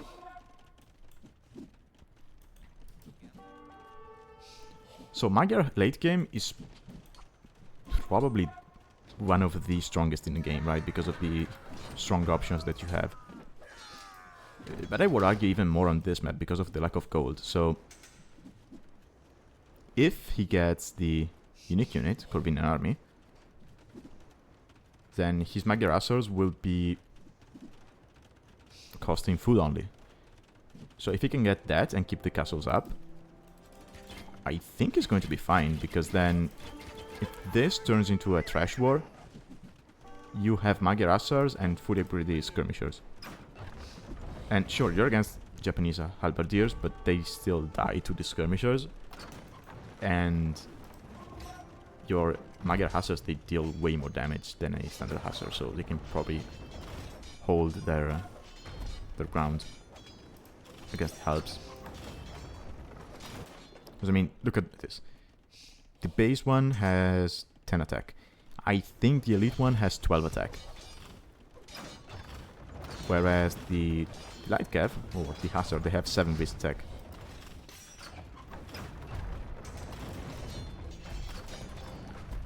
So yeah, if Haro can hold this and get into his composition, I think he can win. I don't think he will ever have the resources to click elite. Magyar Hussar, nice. Blocking the enemy out. KorDimon army is what? 200, yeah, 300 gold. It's not that much.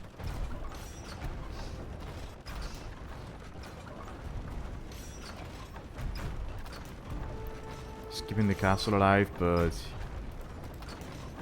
Oh, actually, the moment that castle goes down from e1sTea, and it will... Yeah, you can just run in with the CA.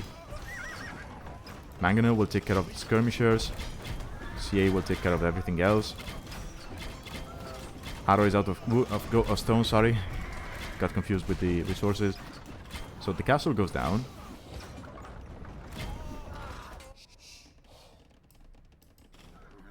The light cave raid are coming in for e1sTea. There are some units over there for Haro, so it shouldn't be that bad. But yeah, e1sTea, 40 more eco, more army. Granted, again, Haro, he has less army, but he has stronger army. And he's staying alive here.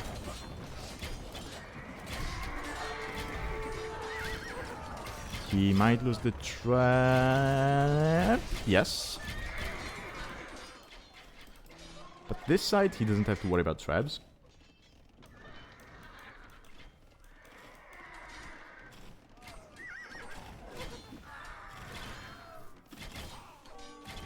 Wait, recurve bow? Ooh.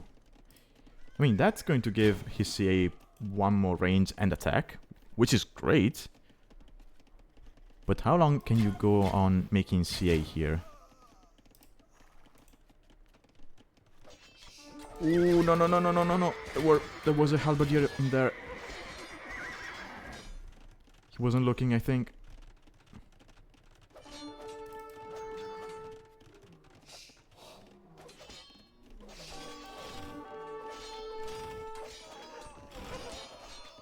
Oh, and the traps are going to go down to the light cav. Oh yeah, he was being distracted over here. Oh, this is painful for Haro.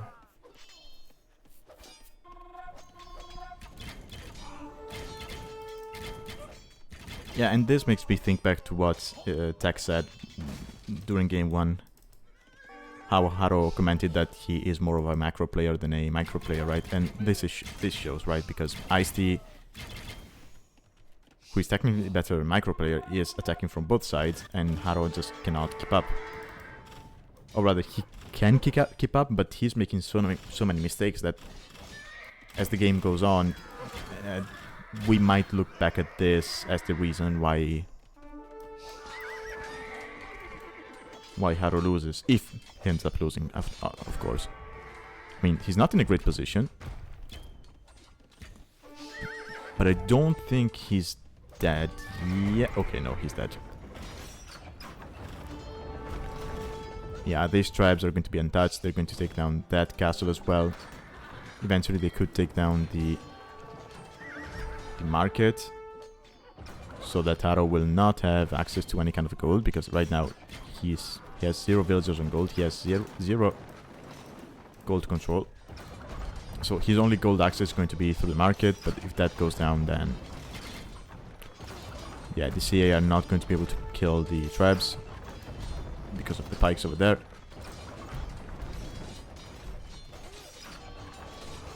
Yeah, 60 vills. I think this is going to be GG for Haro. Yeah. So e1sTea takes the game 2-0. That's a shame, because I really like this strategy from Haro. I think it's harder to do it to Japanese, because, well, e1sTea. Okay, so credit where credit is due. e1sTea read it correctly and just went up faster to castle instead of investing more into feudal, which is different from what we saw Chancellaro do last time. If it was Chancellaro, I may be misremembering that. But let's say he stays into feudal and he keeps on spamming spears. They're still Japanese spears, right? They're not going to be great, but they're going to be way better than standard spears. And the fact that he managed to get to castle fast enough and get pikemen, that basically shuts down the entire strategy. Which again is a shame, because I think this is a very fun strategy, and well, last time I saw Haro use it, he showed that it's very strong as well. And again, I think this time around, despite the strategy not working out as well as the other time, I mean, it did work out to a certain degree, because at one point for most of the castle, he had more eco than his opponent had, so he managed to do damage, right? And get a nice eco behind that. I think there are maybe 3 things that ended up costing him the game. And well, I mentioned that if the monastery was at home, then that countdown doesn't get denied, and I think he probably wins with the relic countdown. But even if he doesn't do that, he was probably too greedy. Too hasty with the CA to try and take out the pikemen. And at the start, when the pikemen were attacking the monastery, and I think it's because he wanted to make sure that the countdown didn't get denied. But I think in that situation, you probably should let the countdown get denied while you get your CA numbers up, because then you can just kill all of the pikes without taking any losses yourself. And then you can just, build another monastery, and you can restart the countdown, and you still have map control. You're still ahead when it comes to control of the game. And even without all of that, I think that, yeah, as I mentioned, the fact that e1sTea is more of a micro player, which I don't know to what degree, because I would say that maybe yes, he's more suited for micro than Haro is. But I mean, e1sTea, Weisenatic, who else? Winchester. I mean, all of the German players we've had in the tournament up until now, I noticed all of them have a very solid macro. And I mean, this shows, right? But I think the third point would be that I think if Haro was walled here, so he wasn't distracted by the light cave raids, I think he wins this game from this position, because he does have the stronger army and he can just push. Yeah. I mean, CA, again, I think it was questionable, yes. Even the Magnus to me were questionable. I I still prefer Scorpion in that situation, especially against Spikes. But again, even with all of that, he still had a chance here if he was walled, I think.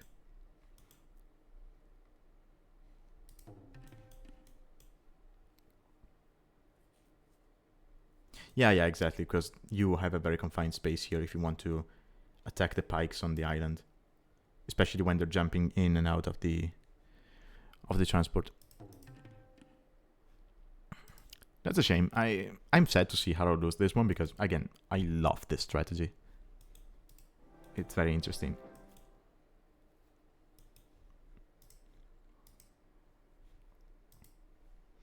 Yeah, hopefully many new people will join the new season. Oh yeah, I'm playing as well. I'm just always late with signing up for things. And I have to check with Lordek and Marklanders, but I think they're signing up as well. And if they're not, I think it's more because they do not have the time rather than anything. So if they end up not signing for this season, I think they're coming back in the next ones. But yeah, I'll check with them and try to get some other people from the other clan to join. I think there's a couple of people who would be very interested in this, so I'll try to convince them. Oh, Lordek already signed up. Okay, perfect.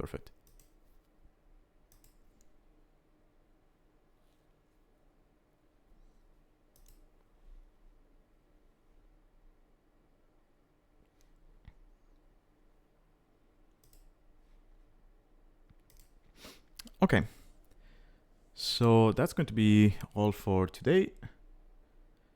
So thank you for joining and watching. I hope you enjoyed it. I'll be seeing you next time, which I don't know when it's going to be. Hopefully tomorrow. But yeah, until then, have a good one. Bye bye.